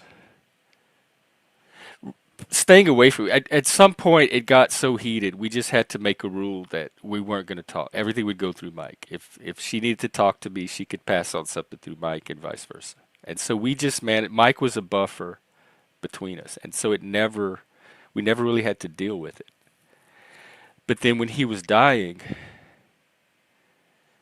she came to I called her, and I'm the one that told her to come to Vegas because if like this is serious and she needs to be here. And she stayed at the house with us. So it was me and Mike's house. So it was my house. He was in the hospital, and they had one of the guest rooms. And the first couple of weeks, she was okay. We got along. We were all there and concerned about Mike. But at some point that wore off, and it became very, very tense. And she tried to take more and more control over affairs that Mike and I were already handling as adults. She tried to over mother. She didn't honor the boundary that we had set by being in a relationship together. And we had a huge blow up one night. I ended up having to call the cops because the stepdad came and started physically, he like pushed me up against a wall, and it was going to get physical. And they ended up leaving, and the next day they were at the hospital visiting Mike. And when they got back, because we shared a car, they were using the car. When they got back, I was going to take the car and go visit him.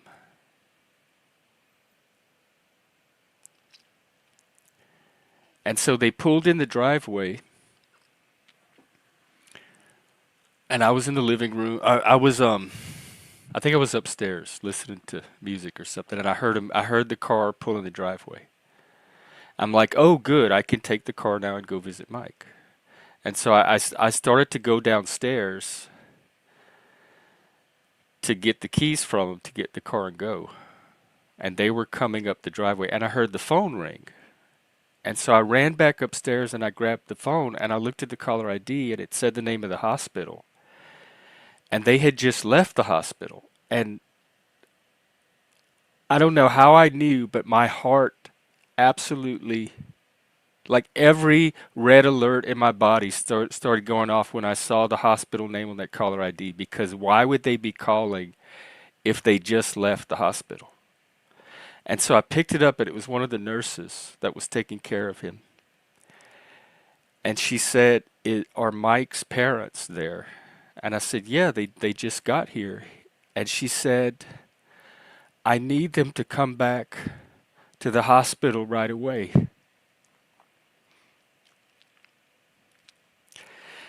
And I said, what's going on? Can you tell me anything? And she said, no, I just need them to come. And I was freaking out. I was absolutely, my whole world was just, I said, well, can you tell me something? I said, I'm freaking out here. What's going on? And she said, are you the friend that comes to visit him every day? I said, yes. She said, you need to come too.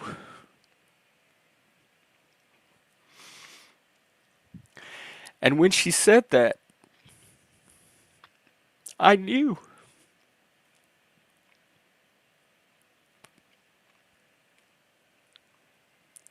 I knew in that moment that he wasn't coming home. He wasn't coming out of that hospital ever. And so I went back downstairs, and they were coming into the house. And I said, the hospital just called. I remember we were fight like I just called the cops on them the night before. They had to leave the house. That's how tense it was between us. We were on the verge of war. And I said, that was the hospital. They want you to go back. And they asked that I come along. I said, are you okay with that? Can I ride with you guys? And she's like, yeah, yeah, sure. And I sat in the back seat, and the whole way there, it was just silent. We were just driving to the hospital. And we got there, and when we got there, they directed us to a different part of the hospital. It wasn't his normal wing.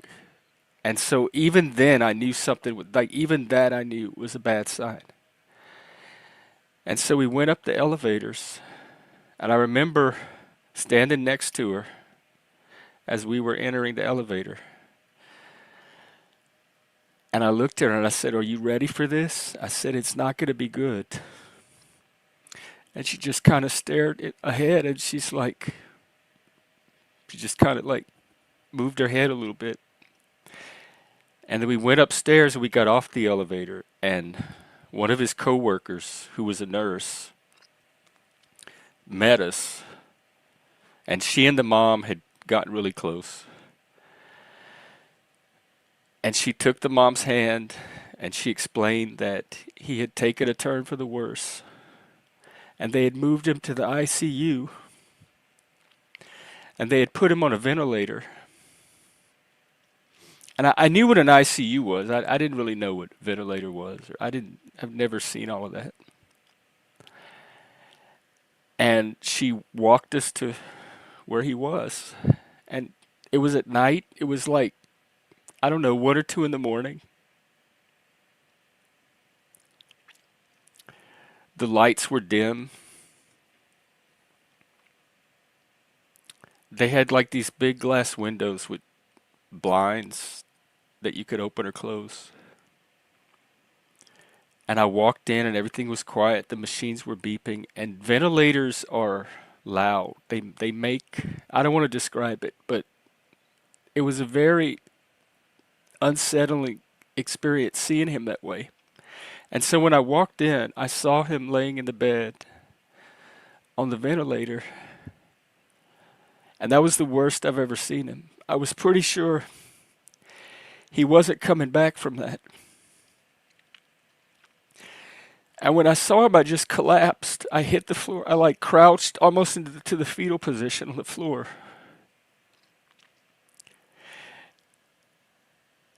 And this grief just started pouring out of me as I was processing what I was seeing and what was about to happen. And as I'm crouched there on the floor, I looked up at the bed, and he's laying on it. And his mom is standing over him, right next to him, kind of facing my direction, looking down at him and rubbing his arm.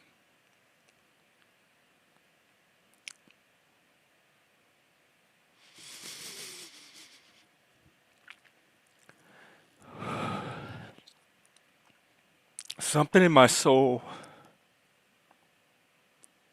just froze at that vision. It even took me out of my own self, like as deep as I was in the very beginning of the grief process. I realized that I was watching a mother lose her only son, the person she loved most, in front of my eyes. I was watching something so raw and so primal. There were no words, there were no emotions. It was a starkness. It's like everything in the universe just got suspended.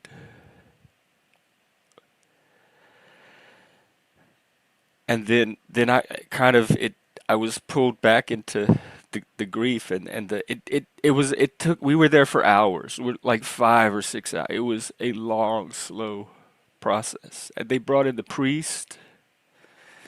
They did the last rites. We stood around in a circle. He said prayers, and it was so surreal. It was so nightmarish.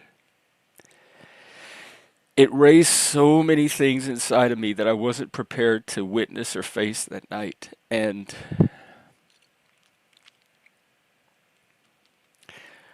I hardly got any sleep at all.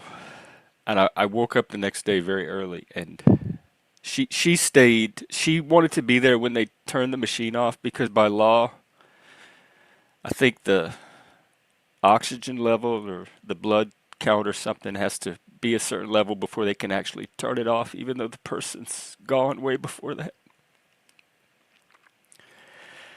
And so she was going to stay the night there and be there when they turned him off. And she described it to me the next day, and I'm so glad I wasn't there to see it. I want to remember him like he was. She got that final image.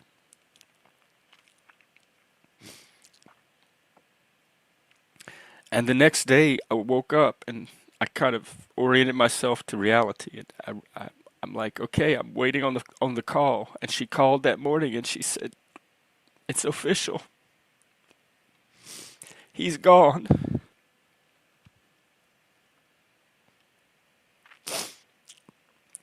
They turned him off.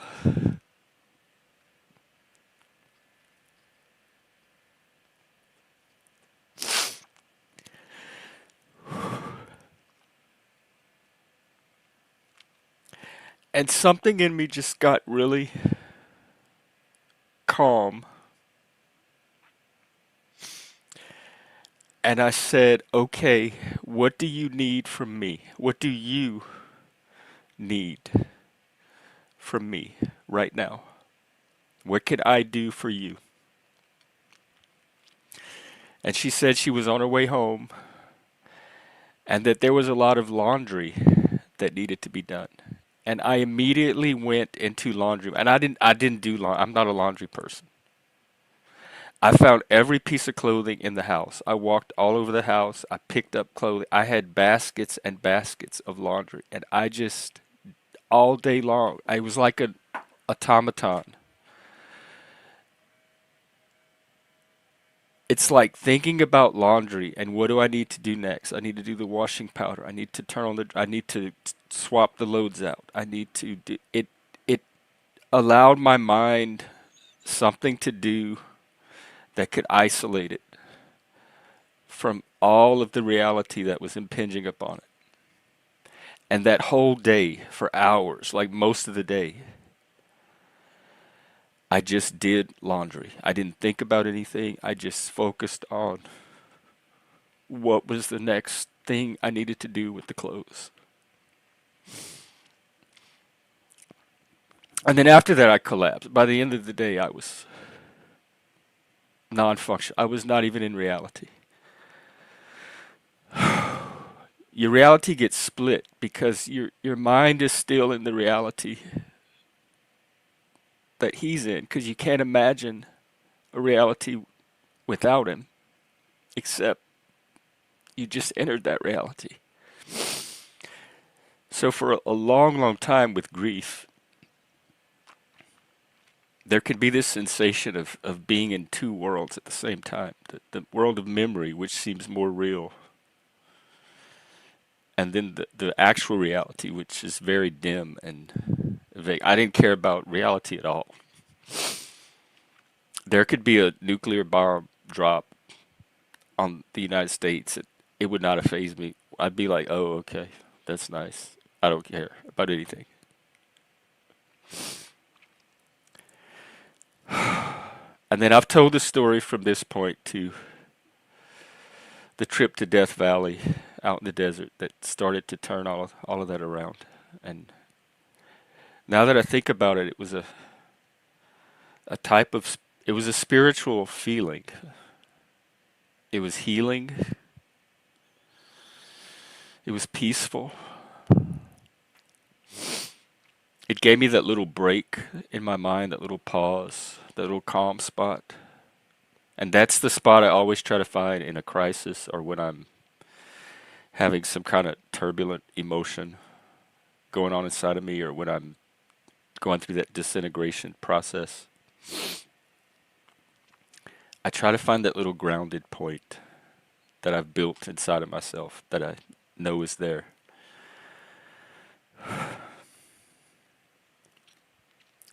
And coming back from that trip is what gave, I started leaving the house. I started going for walks around the block. I started eating normal healthy food. I started eating, period. I started socializing with friends more.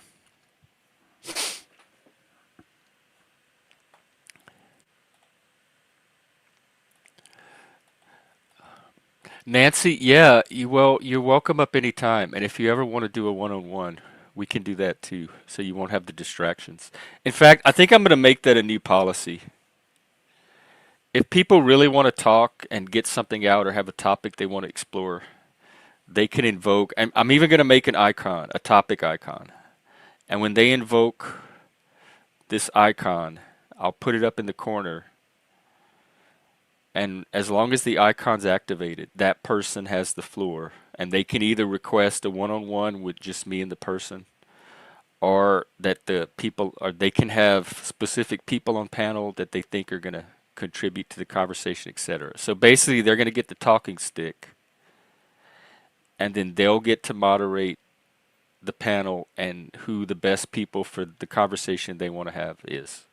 Maybe we can workshop it on the members only stream. So if you ever want to come up and do like a one-on-one and focus on what you need to focus on or what you want to focus on. And yeah, Nancy, I love you too. I've always loved you. We need the people like you, our elders, of which I'm one of. It's I like your wisdom, I like your spirit, I like your intelligence. You're definitely one of us.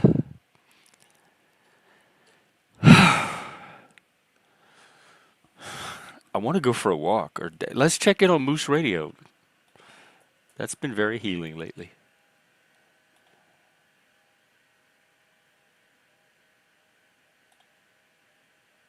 Oh, it's gone. Oh, I guess it was going for a while. We were catching the tail end of it. All right, well, maybe we can find some more cards to play with. I'm interested in how the shadow attributes sync up with some of the strengths of the other cards, so you could pair one archetype with the shadow that would benefit from the strength of that archetype.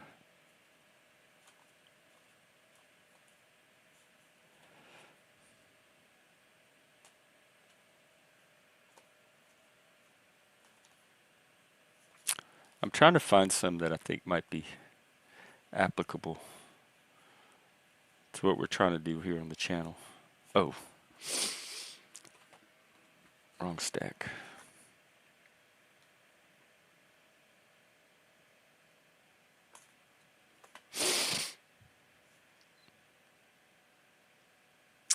Ooh, I like the detective because I think this one's going to play a big role too. Driven to solve mysteries by using keen powers of observation and intuition. I'm a mystery solver, solving junkie. And the mole, and games like Werewolf and Mafia where you have to figure out the hidden traitors. I love all that stuff.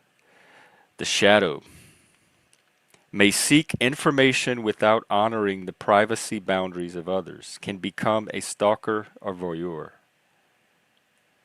All I do is ask if they don't want to tell me, they don't have to tell me. I just ask the questions. Um, they don't have to. They would be the one crossing a boundary by giving me an answer they didn't want to give. But I don't think asking a question is crossing a boundary. Unless it's a question about something private that they don't want other people to know about. Like, don't ask those questions publicly.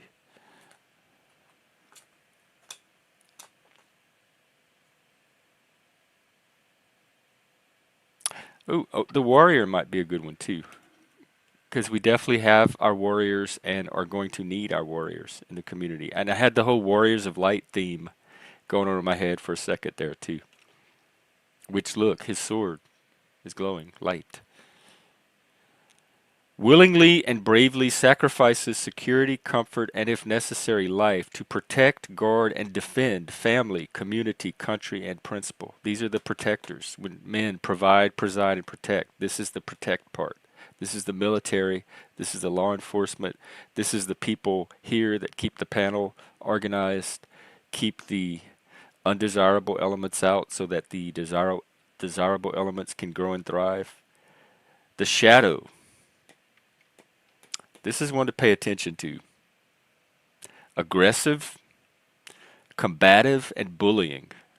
Prone to act first and ask questions later. Asks questions later. Tends to turn encounters into battles. These are the conflict people. These are the people that come here and spurg out impulse control. They get activated. They get triggered. We see the results of this shadow warrior. But hopefully some of these people can take that as an indication that they may have the positive warrior, the light, the warrior of the light attribute, and help us, like, use that energy to help build the community instead. Dude, look at this one, the rebel. Look at dude. He is riding an electric guitar motorcycle. He is driving a guitar. That is my dude. That is daddy right there. Questions authority. Ignores or disobeys rules. Fuck rules. Resists coercion and subjugation. Hell yeah. Except when the right daddy comes along.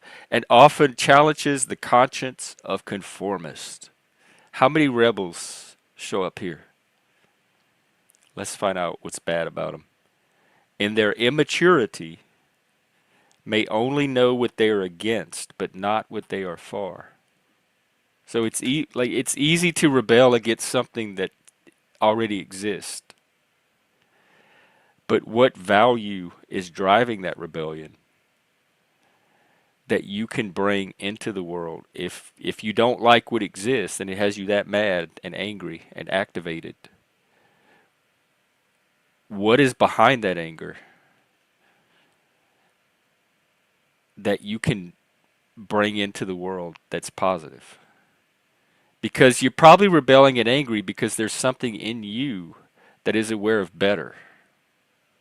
Otherwise, you would just accept whatever. You wouldn't have a need to rebel. You would just be okay, like kind of like I am with society. I think society's pretty okay. I'm okay with paying taxes and voting and keeping it going. I don't feel a need to rebel against it or tear it down or destroy it because it's able to reflect my values when I need it to. But if it's not, and you have to rebel, then that means there's some value that you have a sense of that you could bring into society to improve it.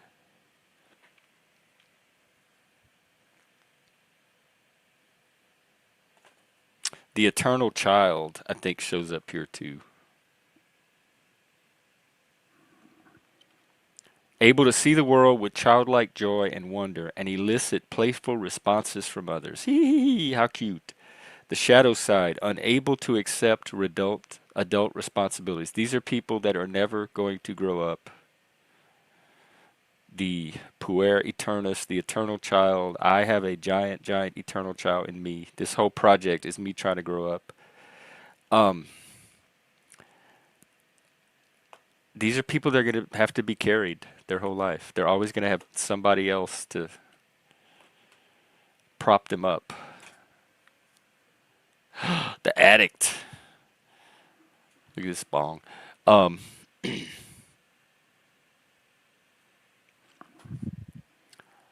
Apparently, there is a shadow side of addiction. Speaking of addiction, in the context of YouTube, if you look in the center, you have this little dude kind of caught in the coils of his addiction, which could be a YouTube addiction. Oh,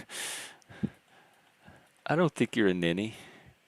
So why don't we look at the shadow first? Like, because we already pretty much know the shadow of addicts. Unable to control an appetite or behavior with willpower alone. You cannot break out of your addiction, whether it's Panoverse, crack, alcohol, weed, a person, a video game, money. But is there strength in addiction? This card says there is. Let's find out what it is. You're able to channel the power of an invisible need into a productive arena. An invisible need. So if you get it, are they saying you have, if because of the addictive personality, if you get addicted to the right thing, the same thing that fuels an addiction can fuel a creative project.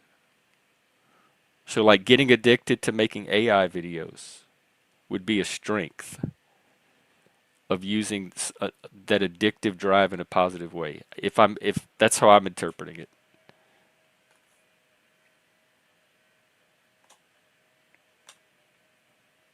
Haha.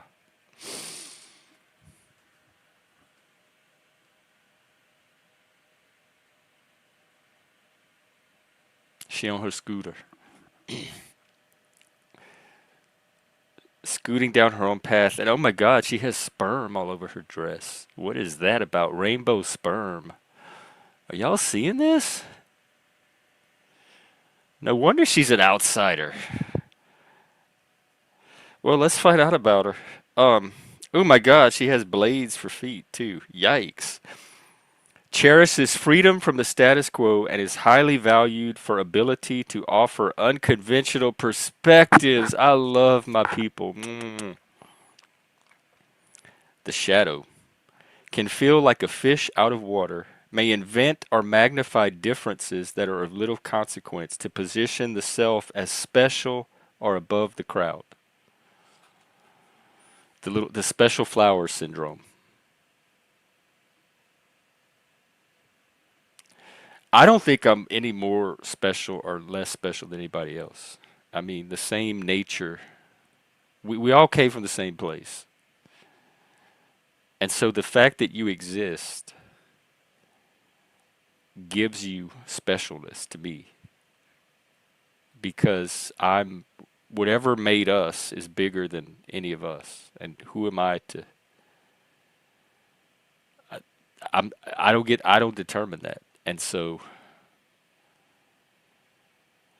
there are things about me that feel special in relation to others, but then I see things in other people that seem special that I don't have. So I think we all get like a mix of specialness and deficits. Ooh, this is a good one.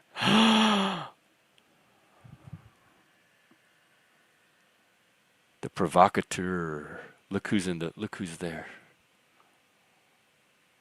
It's our old friend. Satan in a box. Loves to rouse people from complacency with intriguing questions and unsettling opinions. Relishes the role of devil's advocate. But they may be tempted to stir up trouble for amusement without ever offering a constructive alternative. These are our trolls, people. These are our provocateurs. Our devils in a box. Ah!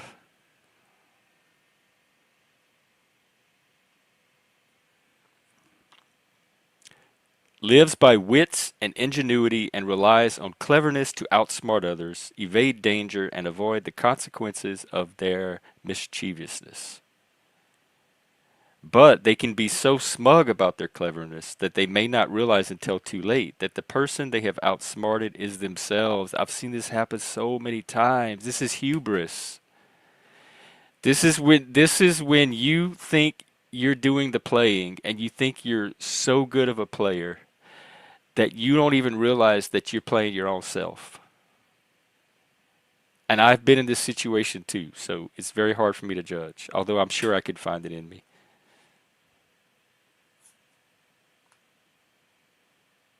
Ooh, this one's interesting because this shows up here too. The vampire has a highly developed ability to intuit others' vulnerabilities and seduce and overpower them, but chooses not to. So the vampire knows all of your vulnerabilities and exploits, and they know how to work you and they know how to play you, but they choose to not go that route. The shadow is the vampire being skilled at using toxic behavior from complaining to make constant demands to occupy the energies of others and drain the life out of them. That is the psychic vampire. Remember Chuck was on here the other day talking about how he was feeling drained lately. Every time he'd watch a panel or come off of a panel, he didn't feel energized, he felt drained. And so Chuck and I are trying to create panels where people can come and feel energized. They can feel stimulated. They can have that creative spark lit, um, that kind of stuff. And we're trying to minimize the amount of vampires that show up here. Although we still get a few attention vampires.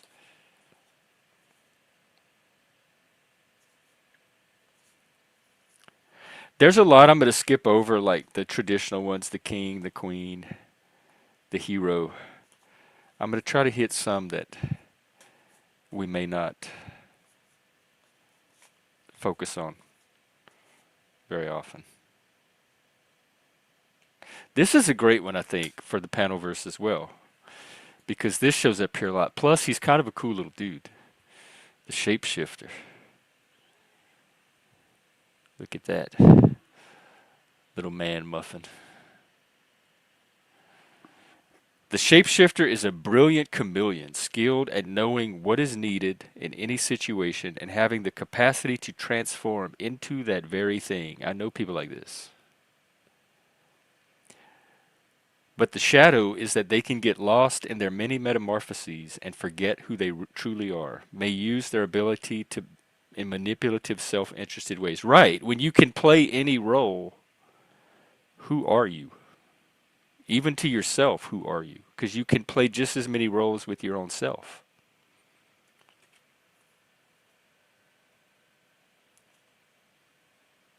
Here, we'll do two more. We'll do the artist, since we have some of those here. And I'd love to get more. Inspires others and expresses inner passion through one or more creative outlets. Why don't we do an art, like spin off of art collective from here or something? Get people that like doing creative things and collaborating and see what kind of art we can start making. The shadow of the artist is that they leave untapped resources lying dormant and unchallenged within them. The writer who never writes, the painter who never paints. They don't push themselves, they don't create, they stagnate. And then finally, we'll look at the alchemist. Old Thomas Edison mixing up the medicine. The alchemist is skilled at transforming commonplace objects, ideas, celebrations, or events into something profound. That's what I'm trying to do here is alchemy, digital alchemy. But the shadow is that you can use the art of transformation to make a thing look like something it's not, or give it value where there is none. You can do fake alchemy and try to turn false gold into gold and try to pass off fool's gold as real gold. I see that happen here too. That comes back to that discernment. So yeah, these are fun. I don't know. I'm not ready to end. My morning's just getting going. Oh, as I yawn. Let's look at the news. Haven't done that.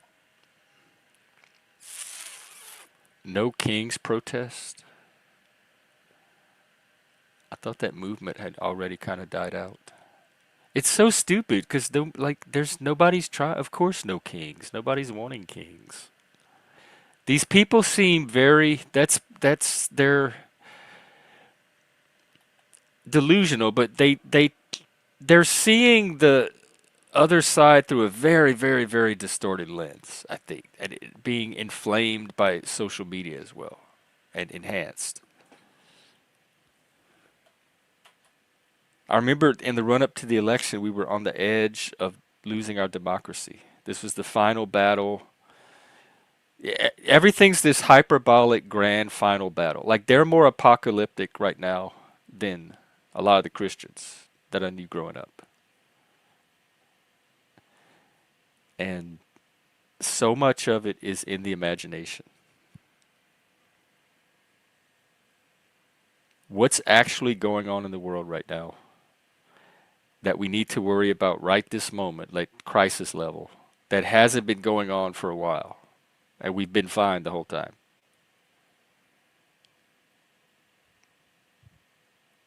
I always start with my immediate surroundings and then I work outward. So if I see a news story about something going on in some part of the world, I start with me.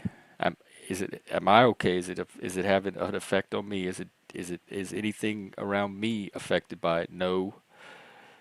Is my job okay?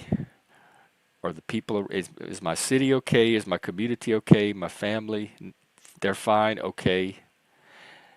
Is the country going to be okay? Is the world going to be okay? And I don't so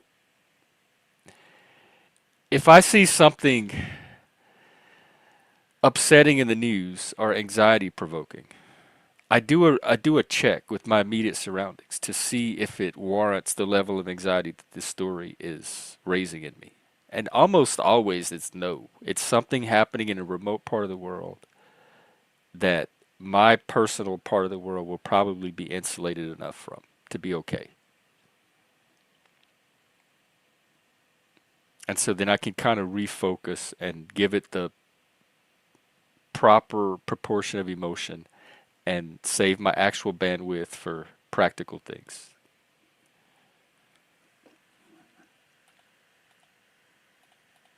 Some people are just doom junkies, though.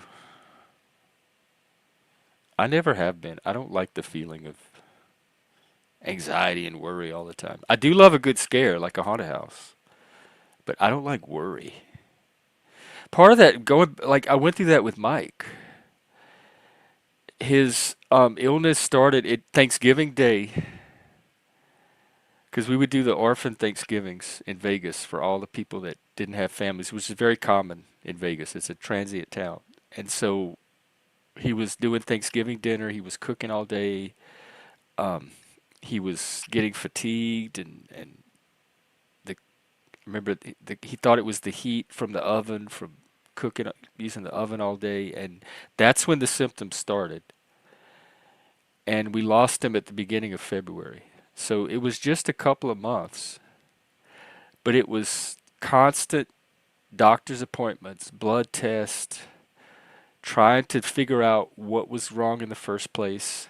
He kept getting fatigued. He kept having anemia, losing blood counts, all of that stuff. And it was this gradual buildup of anxiety as we realized that this was something very serious but rare, and it was hard to find out what it was. It was definitely not just something that was going to resolve itself. And Mike was a med tech, so he knew this was his field. He knew how to analyze medical tests, and he would scrutinize those things. And he knew that this something was going on with him. And then he ended up in the hospital at one point for about a week, and they were able to stabilize him. And that was anxiety because you're sitting at home waiting for a call. I was calling the hospital like 5 or 6 times a day, checking in, visiting him constantly, wondering is it going to get worse or is he going to recover? That's a lot of anxiety, and you don't know, and it stretched out over days and days and days. So then he got out of the hospital, and we were like, okay, what a relief. We got past it, and then the symptoms started again, but even worse. So he had to go back into the hospital, and they stabilized him again, and he was out for like a day. And then we had to call he took such a bad turn, we had to call the ambulance, and they had to take him back to the hospital in the ambulance. And so each stage of this was just more and more increasing anxiety of this has the potential to be one of the most serious things that happened to you in your entire life. And you don't know the outcome, but you have to prepare for that being one of the possibilities. That's a lot of anxiety. And so I think for that reason, I never want to live through that again. So if I have to sit around, if I'm in a situation where I have to sit around and be anxious and worry about some future outcome or future possibility, I've already been through that. It is not healthy for me. I was not in a healthy, productive state of mind going through that anxiety. I don't enjoy that sensation. I want to get out of it as soon as possible. And so stories or narratives or possibilities that induce that in me, I don't spend a lot of time there. And I definitely don't feed it with more news stories and YouTube and communities of entire other people who are also feeling the same anxiety and just pouring it into each other. That's how Russiagate was. Everybody who was into Russiagate was just sharing constant stories of just how much worse than we actually thought that it was. Like they weren't trying to, oh, it'll be okay, we'll get through this. It's, guys, you thought it was bad. It's even worse. Look at this thing. So it was a spiral. It was truly a doom spiral, and everybody was fueling it and feeding it instead of trying to turn it around. And so I lived those entire 4 years of Trump's first term in just a panic. I was running to social media every 5 minutes, looking at Twitter to see if the world had blown up. I was that nervous. And now I couldn't be calmer. I'm like, oh my God, thank God that man is in there and not the other one. I can relax. I don't even have to worry about government right now. I can focus on my life, and I don't have to stress about what's going on at the DEI and free speech and any of that stuff anymore. Oh, Nancy. It happens to all of us, I guess. Hang on.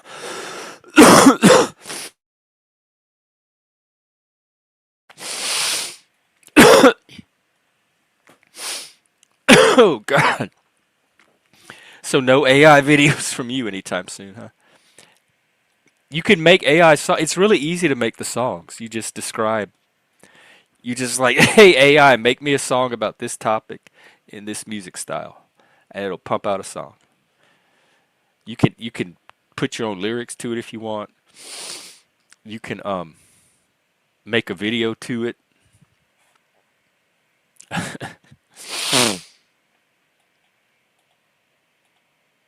It's a good little creative outlet. I see a lot of interesting things coming out of people now that are playing with it. So I think it's just the beginning. It could be a fad or a wave, but it's fun. Let's ride it for right now. Like I'm legitimately, when I say that this stuff is awing me and moving me and inspiring me, I'm not kidding. I'm really geeking out on some of the AI art that I see coming out.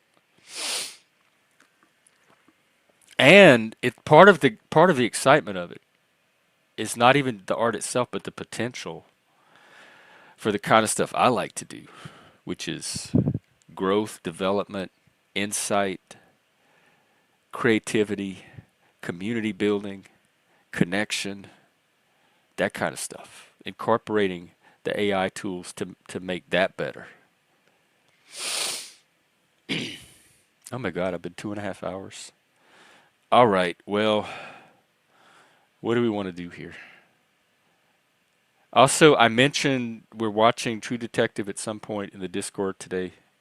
And what was that other show I said I'm willing to watch? Oh, the Meow Wolf. If you're interested in community, in creative community building, building a community of creative people, this Meow Wolf video is the video to watch, because it's a documentary of how these kids in New Mexico came together and did just that. And now they are a multi-million-dollar creative, artistic corporation.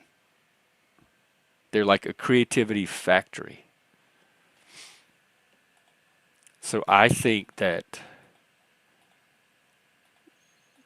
a lot of the channels on this YouTube have the ability to pull that off. We all bring our little piece. And my part of the project is trying to figure out how they all hook up and fit in the most productive way. All right, I guess what I'll do is find either a song or a video to play, and go do another little intermission.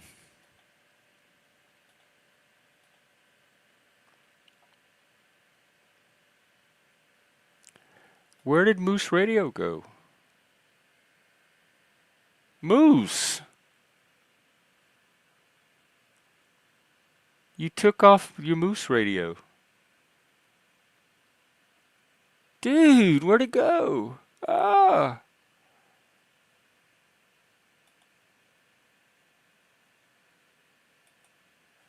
Okay, well, maybe we can... I'll find something.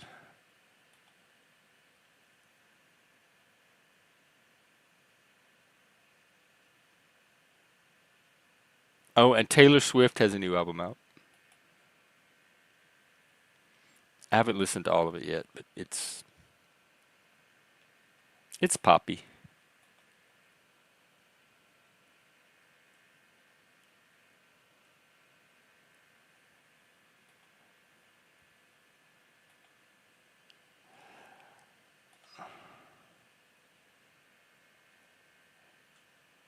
Let's see, I'm looking for something to play.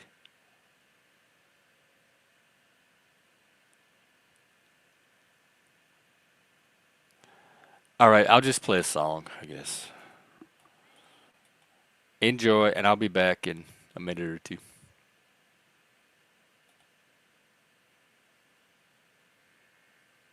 Maybe it has shuffle. I can start shuffling. That means I have to add more songs. I only have a few songs up. But if I start doing it shuffle style, I'm going to need more of a variety. Does it let you shuffle?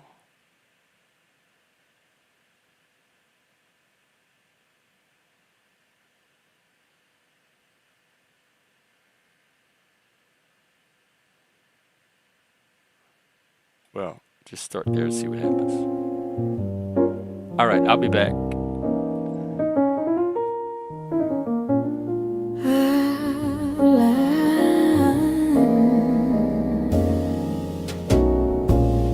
I log on, hoping for connection, but find instead rejection.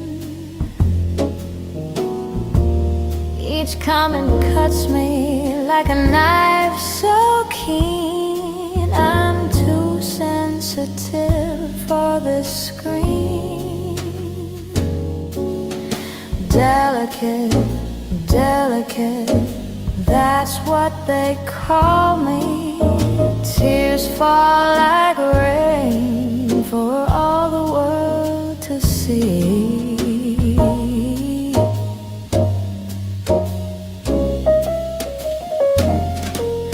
I wish I was strong, like an oak tree tall, unaffected by words that make me feel so small.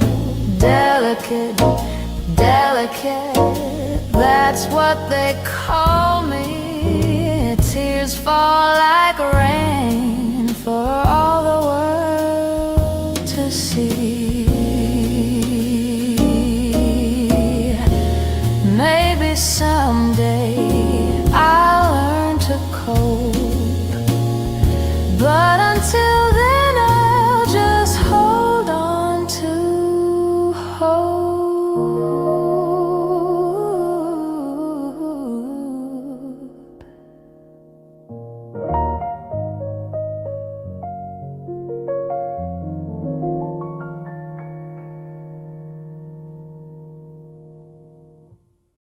Daddy Jesus, save me. Daddy Jesus, save me, save me, save me. Whoa, walk the path of ego far too long. Reach the wall and can't move on. Help me be the man I see. Help me be the man I can be. Oh, Daddy Jesus, save me. Save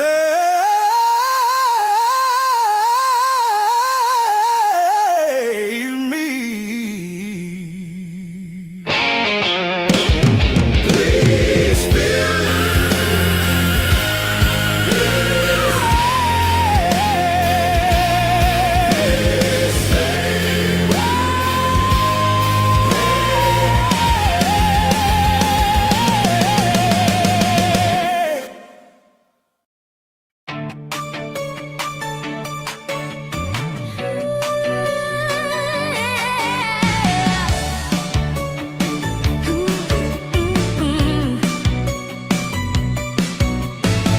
The world is changing, changing fast. You lost your job, that's in the past. This could be the best thing that ever happened to you. This could be the best thing that ever happened to you. There are creatures in the sea who make their own life from within. Go on and be free. It's time to be like them.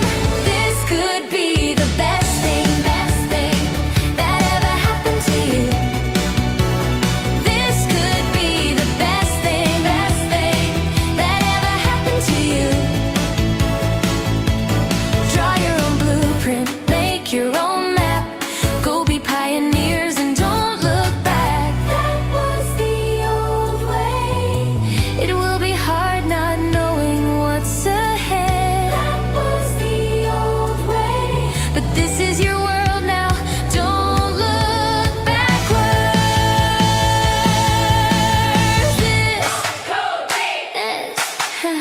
This could be the best thing that ever happened to you. This could be the best thing that ever happened to you. No more 9 to 5, keep your own time. No more 9 to 5, that clock is done. 9 to 5's not working anymore. Get out there and make a life that's fun. This could be the best thing that ever happened. Best thing that ever happened to you.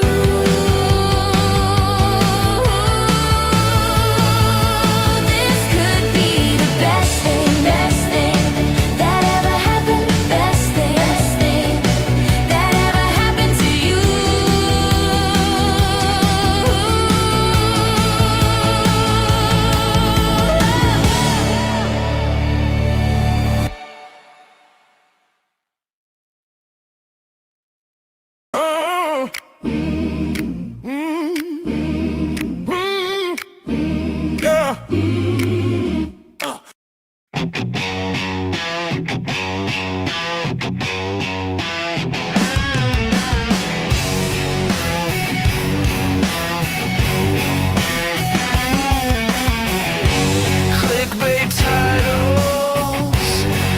empty rooms, endless scroll doom.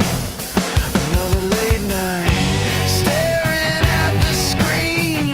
This can't be right. Gotta break free, set myself free. Too bound, too bound, lost in the sound. Gotta get out somehow.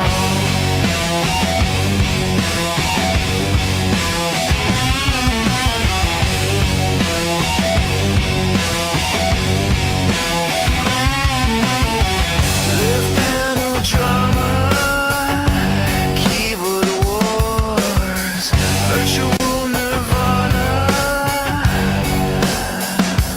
fake friends, empty praise. No, I just I woke up like broken. Yeah, this is my style. This is my genre. Is Of this course, the '80s pop is. this digital? All right, that was just a time killer.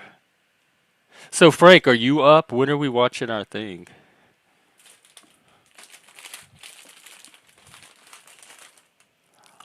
I'm free all day. I don't have anything going on. I'm doing a members only stream at some point later today.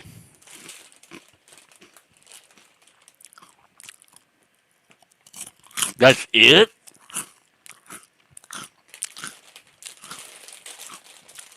I thought it was gonna rocket to the top of the charts. 187 is that don't even have put you on Billboard. If we have enough of us creating songs frequently enough, we could do like a weekly countdown, top 10 or something.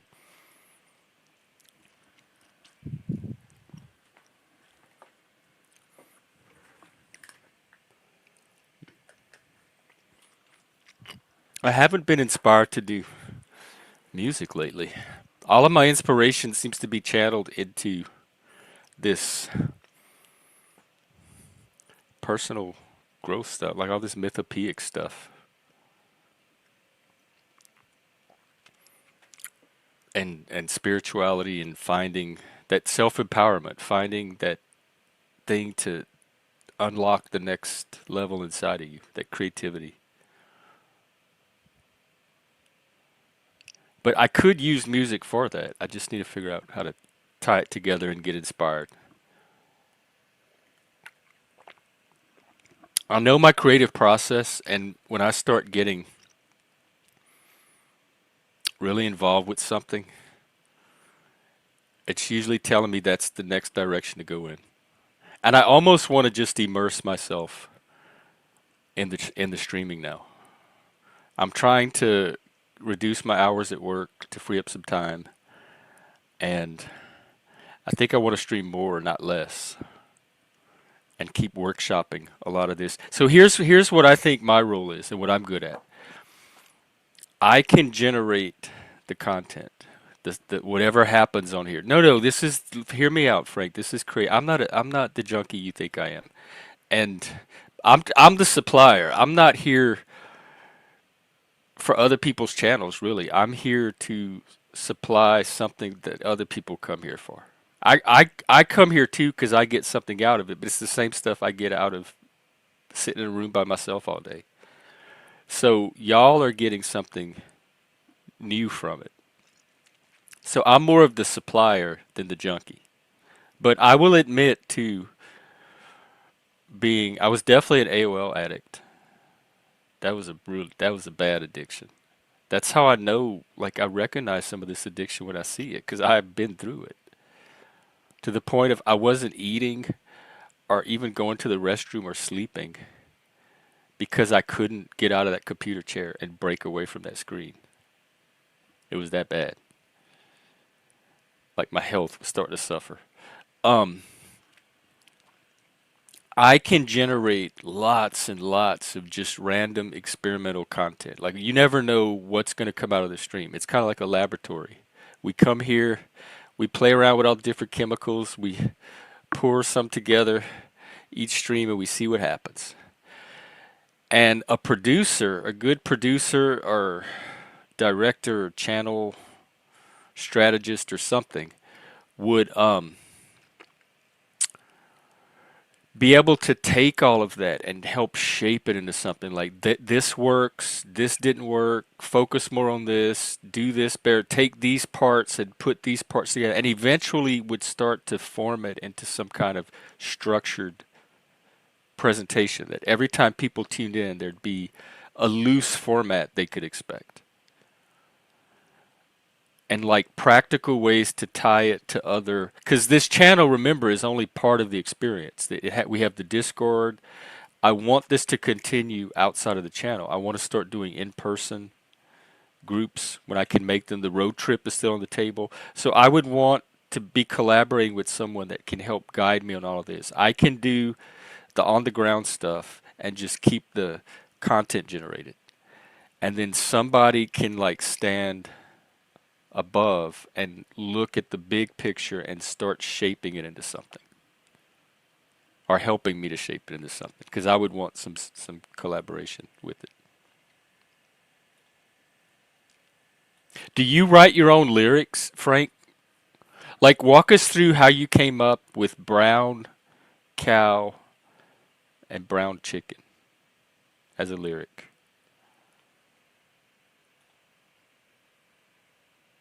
Right. See, you're right. The person to person stuff is definitely my thing. I love people. I can't help it. It's a curse. I wish I could. I wish I could hate them. My life would probably be better if I could hate them more. But they fascinate me. I love them. I can't imagine anything else in the universe more interesting than the people around me. Just endless. So you had asked about MTV. Yes, I do remember MTV. I was like almost 11 years old when it came out. I think it came out in July or August of 81. I was going into junior high, 6th grade. And we didn't have it because my parents didn't want to pay for cable. But my dad's grandmother had it at her house, and some of my friends had it. So every time I were at their houses, I would be sure to like get as much MTV in as I could. And but we had Friday night videos. Yeah, I remember the 70s. I remember disco. I remember Soul Train. That was one of my favorite shows to watch. I remember funk. I remember Pink Floyd. I remember Led Zeppelin. I remember Iggy Pop. Lou Reed, of course. David Bowie. I remember all those people. I remember before punk.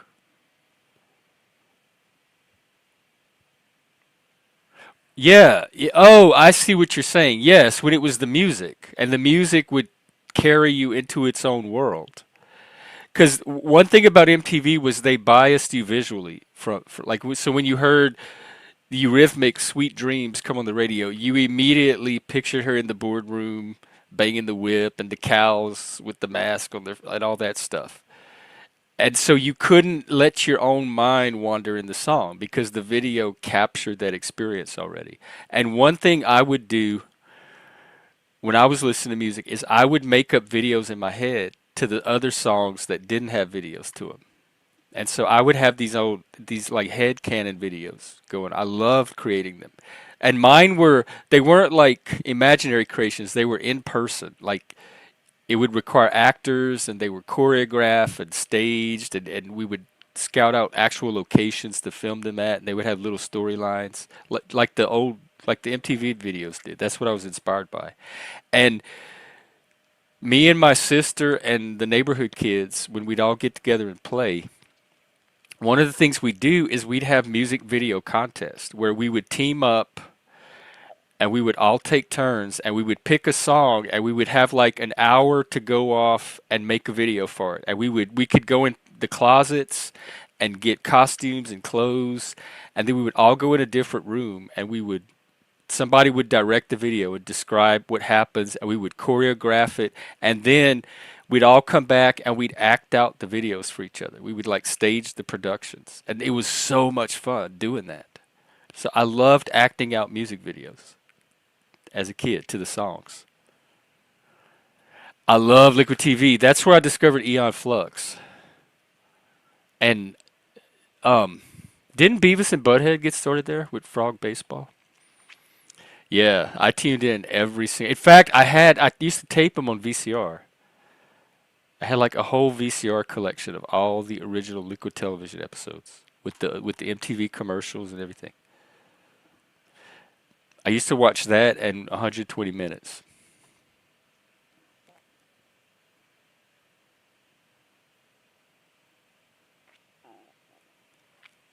That was about the same time as the OJ trial, a few years before. Because I remember the OJ thing too. I mean, I wasn't that interested at the time, but I remember it being on in the background.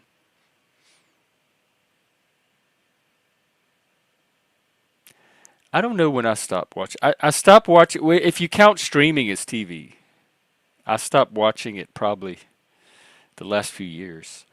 But if you count like turn the channel TV, like NBC, CBS, all that. Well, I mean, I watch reality shows. That's pretty much all I watch since Survivor on 2000 on is reality shows and a few of the HBO series. Yeah, that's how I discovered all my new music. Because they would play alternative music videos and these really obscure groups.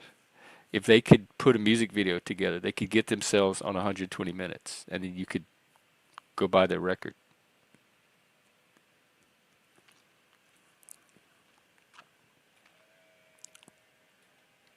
I got mine was like late 90s. I think 98, 97, probably around 97, because my youngest brother, his dad bought him a computer as a graduation gift, and he hooked it up in the living room, and the whole family got to use it. And I discovered AOL and got addicted to that thing.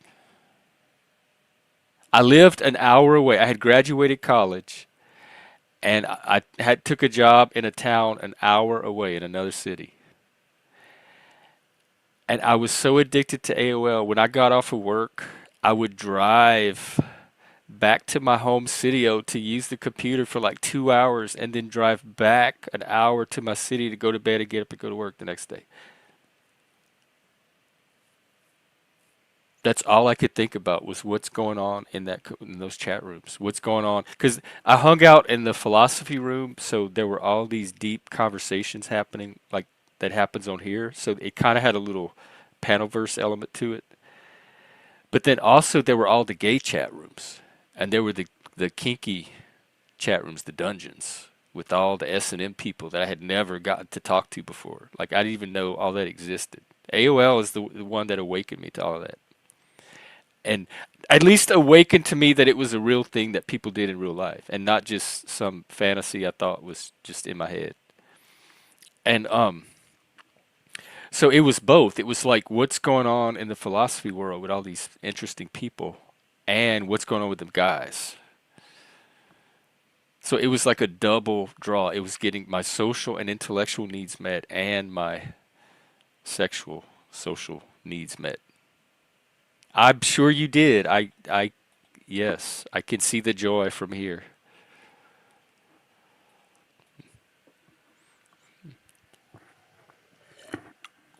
So when are we doing our thing? We're gonna watch that Vince Vaughn series.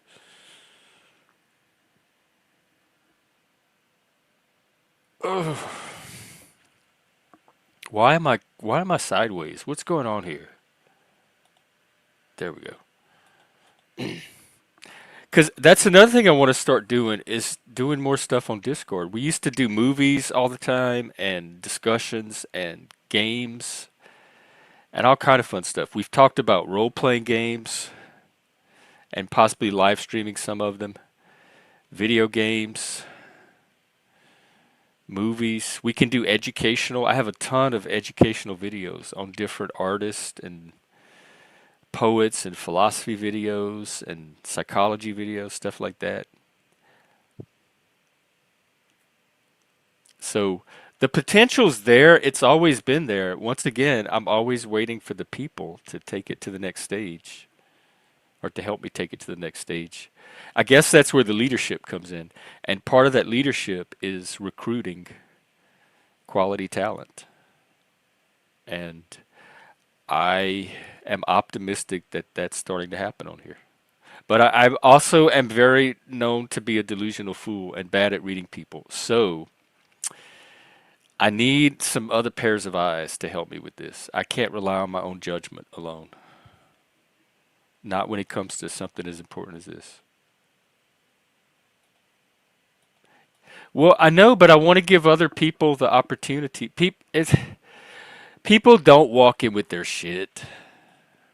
That doesn't really happen. Every now and then, somebody will pop in. So, if those that don't know, when we're watching a video in Discord, because there's often an echo, we have everybody mute while the show is playing, and then you can type in the chat if you want. But and then after the show's over, we can all talk about it. And so sometimes people come in and like, hey, what are you guys doing? And we just tell them we're watching a movie. They're welcome to stay if they go on mute and all that. And that's what he's talking about. But it hardly ever happens. He's just being a grump. He's a control freak. You need to face your shadow and open up to experiences beyond your own little narrow world. It's not going to hurt you to sit in another server and open up the experience to other people that might also want to enjoy it. Because all they're going to do is sit there quietly while the show, you're not even going to know they're there. Once the movie starts, if somebody comes in and mutes like they're supposed to, you're not even going to know that they're there. And then when it's over, you can see that they're there and tell them how much you hate them. How's that? Right. Yes. That we went over. I went over that on the stream. That's the dark Saturn, the dark father, the control freak, the tyrant. And you know what? It comes out of fear. Yeah. I mean, I've been sleeping as much as I always do. I'm not a big sleeper. I hate to sleep. It's boring. Just laying there and not doing anything is the most boring thing I can think of. And so I only sleep when I'm really tired. Oh, good. Well, then I'll see you there. I'll plan to see you there. I'll send you a link if I need to. So my sleeping is when my body is very very tired and I don't have to think about it. I can just lay down and it automatically happens. So I have to wait for that point. And it sleeps until it's not tired anymore, which is usually 4 or 5 hours. And then it wakes up and it's ready to go again. It doesn't want to lay there anymore. And so I let my body dictate my sleep needs, and they're very minimal. Which is good because it gives me time to live and like do all the stuff I like to do with consciousness when I'm awake. Alrighty. If anyone else needs the invite, hit me up on Discord at GenXJeff. It looks like we'll be wrapping up this shit show soon to go. Um,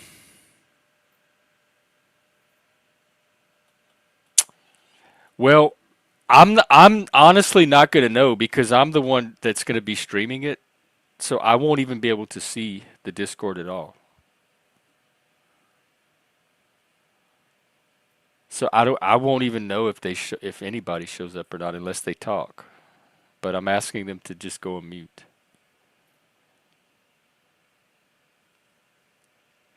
I tell you what, we'll try it out.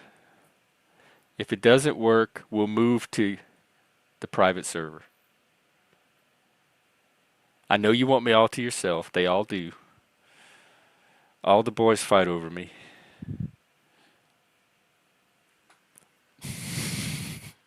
All right, stop. Um,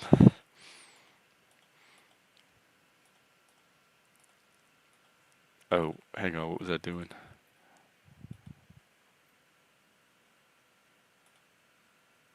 There. It should have sent.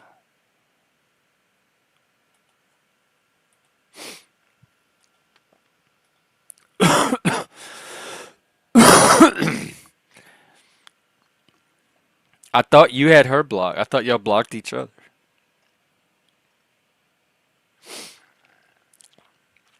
Well, y'all do what y'all want. I don't know about that drama. I like you both. Neither one of you have done anything to me to give me a reason to not end my loyalty or my affection.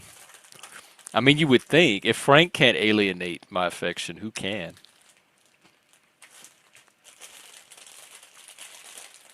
And I got my morning dill pickle flaming Cheetos.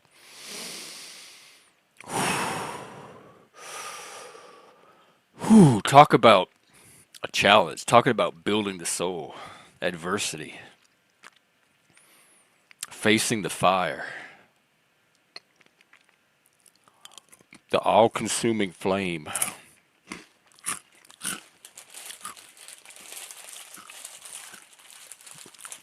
that hardens you into steel and burns away everything that's not warrior virtue, strength, power, masculine manliness. Hail Jesus. Hail Christ. What is the thing for Jesus? What do you say to Jesus? Hey Jesus. What's up? What's up, my dude? We need a Jesus should be approachable. Satan tried to be all remote and scary and you had to like find your way to him. Jesus should be somebody that like you want to come to and they want to come to you. Hey, dude. It's good to see you. I'm Jesus. I came for you. I'm here for you. You're the reason I'm here. I love you, man. How may I serve you, my brother? That Jesus. But manly. That was the gay version. We need a manly version. I could be gay Jesus.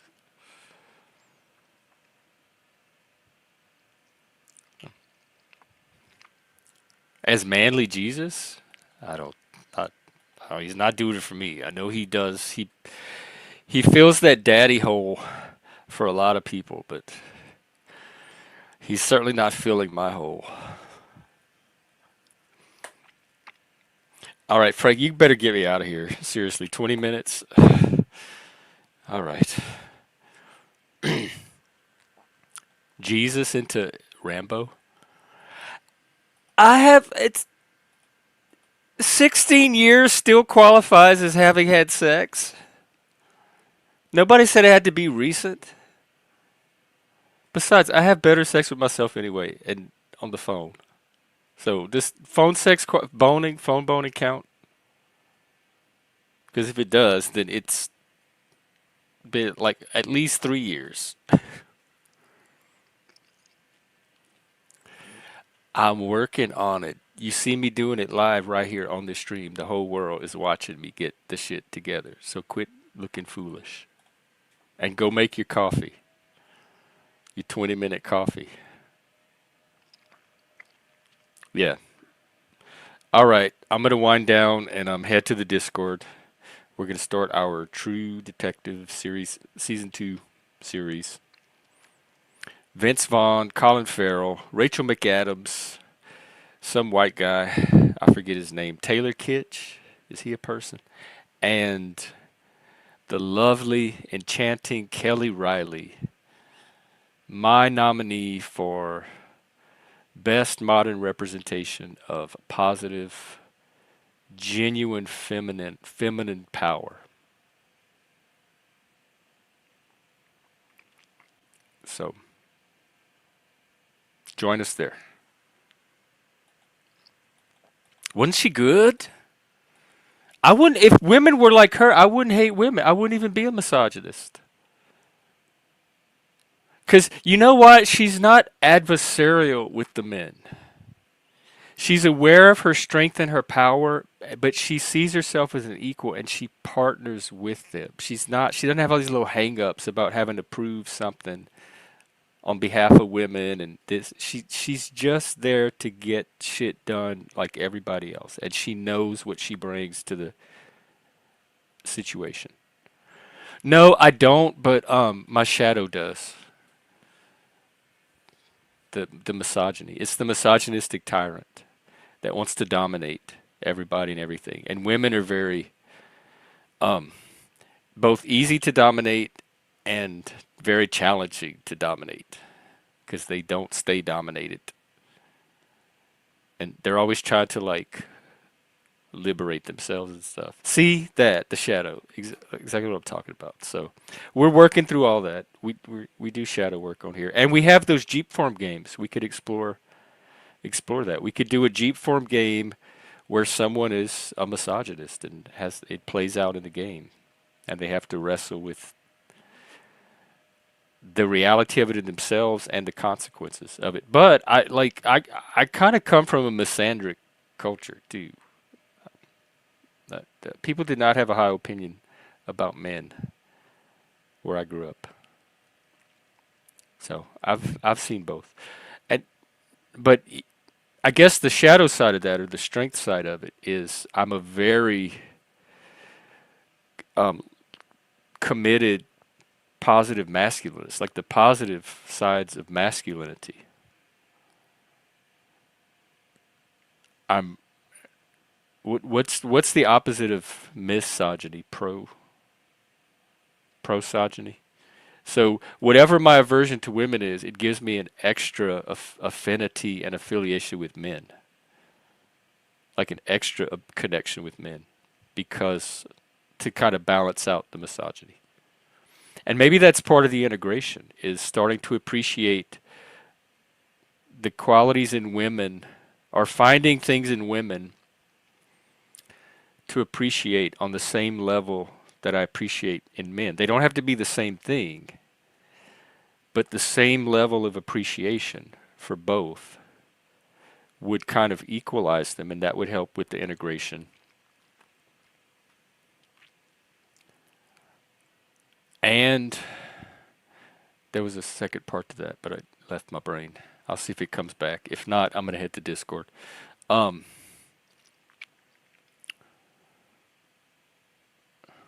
Probably even finding those qualities in myself. That's why I think it's going to be good to watch this movie, because maybe I can connect with the positive feminine parasocially through a character. It'll at least give me an idea of what to start to look for in other women and in myself. But you know what? Women that want to create and build and participate in a community and stuff, I don't have any problem with those women, because during COVID, when I had that little community going, that was a lot of females were the ones that came together and helped me do all that. And we had a great time. And we did art. They made music. We did like poetry nights, stand-up comedy, all kind of stuff. We had a little arts, mental health support community going until George Floyd and the wokeness hit, and it all blew up. And I became the evil male misogynist. Yeah, and she's really good. I couldn't believe she was the one from Mean Girls. I couldn't believe it was the same character. And she's in the Woody Allen movie I like so much, Midnight in Paris. I couldn't believe that was her in that movie either. The whole movie. And at the end, it says Rachel McAdams. And I'm like, well, which one was she? I don't remember seeing her. And I went back, and she's the girlfriend. I'm like, that was Rachel McAdams. There's no way. She's such an amazing actress. She can transform herself into such a totally different person each time that you don't even recognize that she is the same actress. That's how good she is. So yeah, I guess we'll go get started on that, and I'll be out later today for a members only. So come and help us build. Here we go.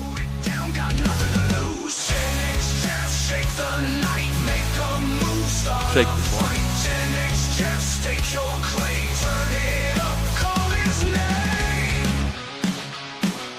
Love and light and peace and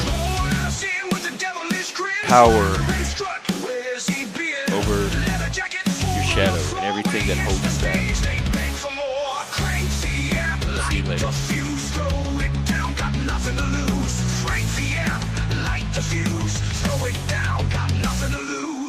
Crank the amp, light the fuse, throw it down, got nothing to lose. Gen X just shake the night, make a move, start a